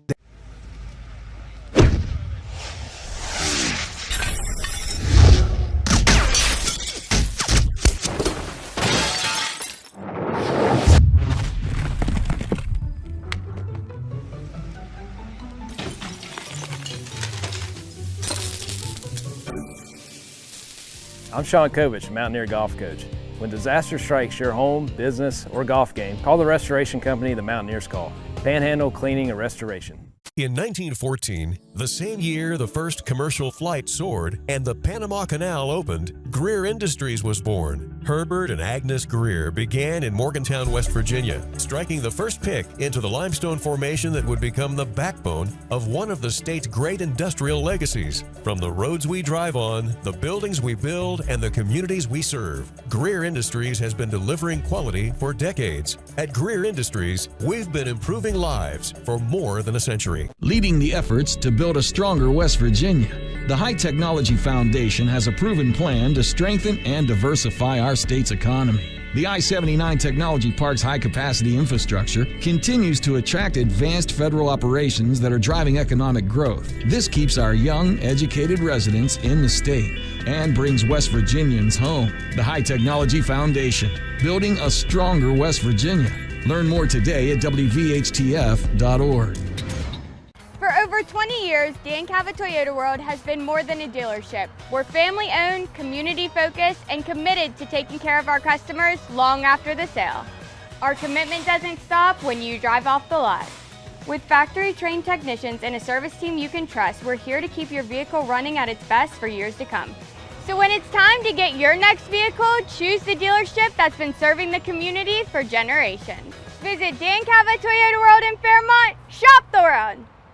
They had a severe heart attack in November of 2024. And then I entered into congestive heart failure. We really had to go towards an LVAD. And not only is he living, he's thriving. You own a boat because you love spending time on the water.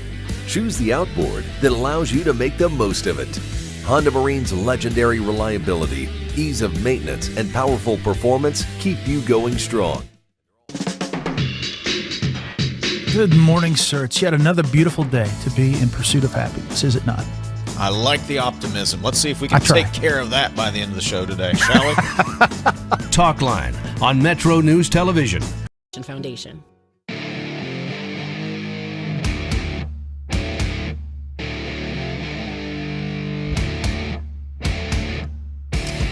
All right, welcome back. 8 minutes till the hour. Let me get a couple of responses to our question of the day about college football.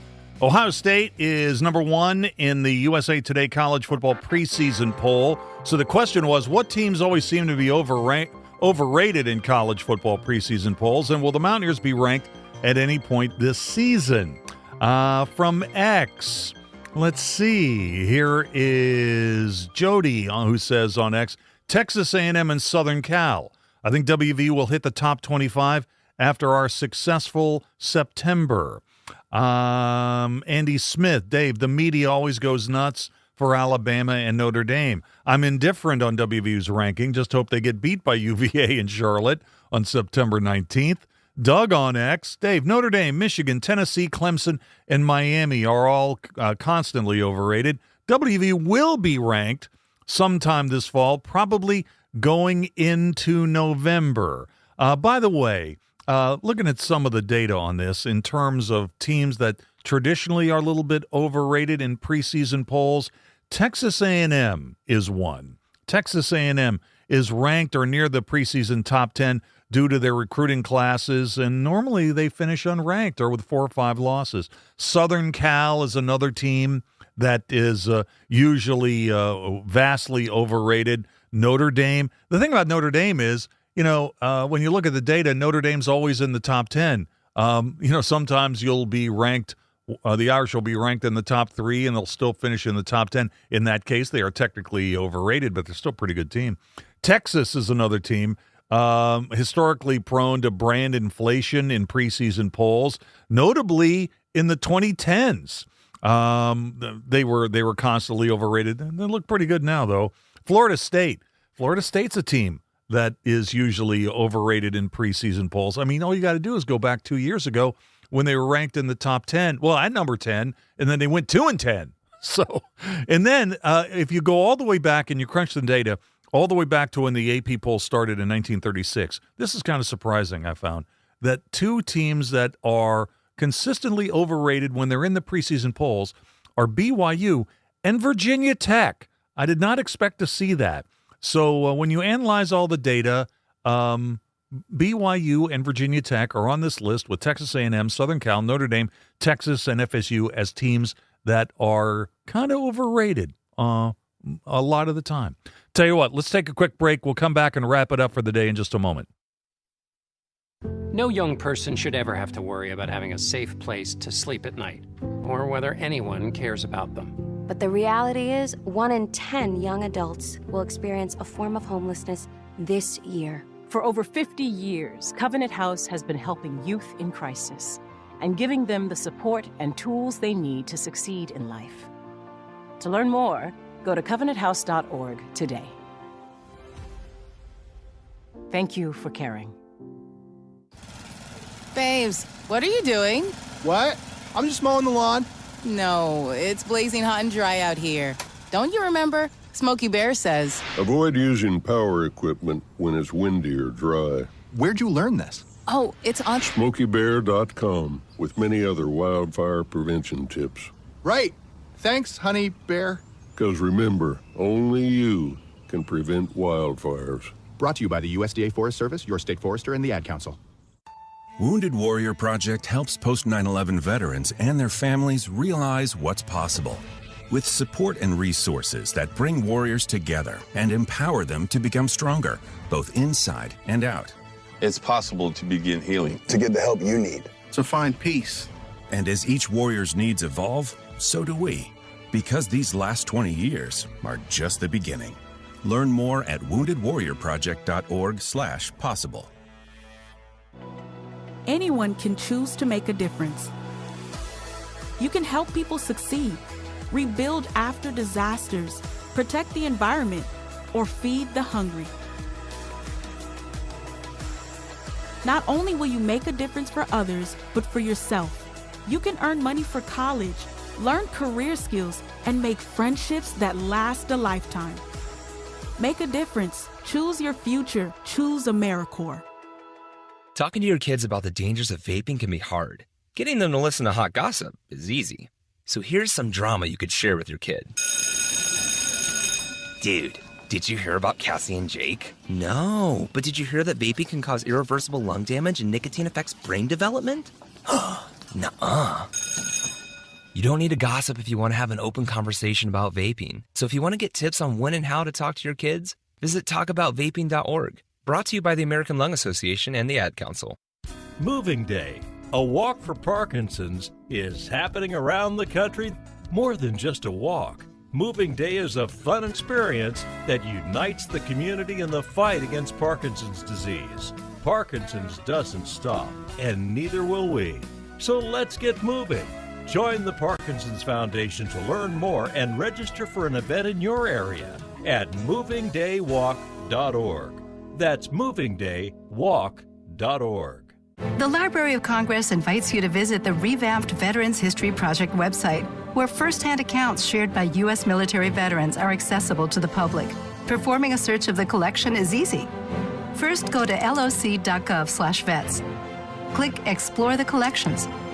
Scroll down to Search the VHP Collections and click. Make sure you're searching this collection, and with simple keywords, you can find what you're looking for. Visit loc.gov/vets today.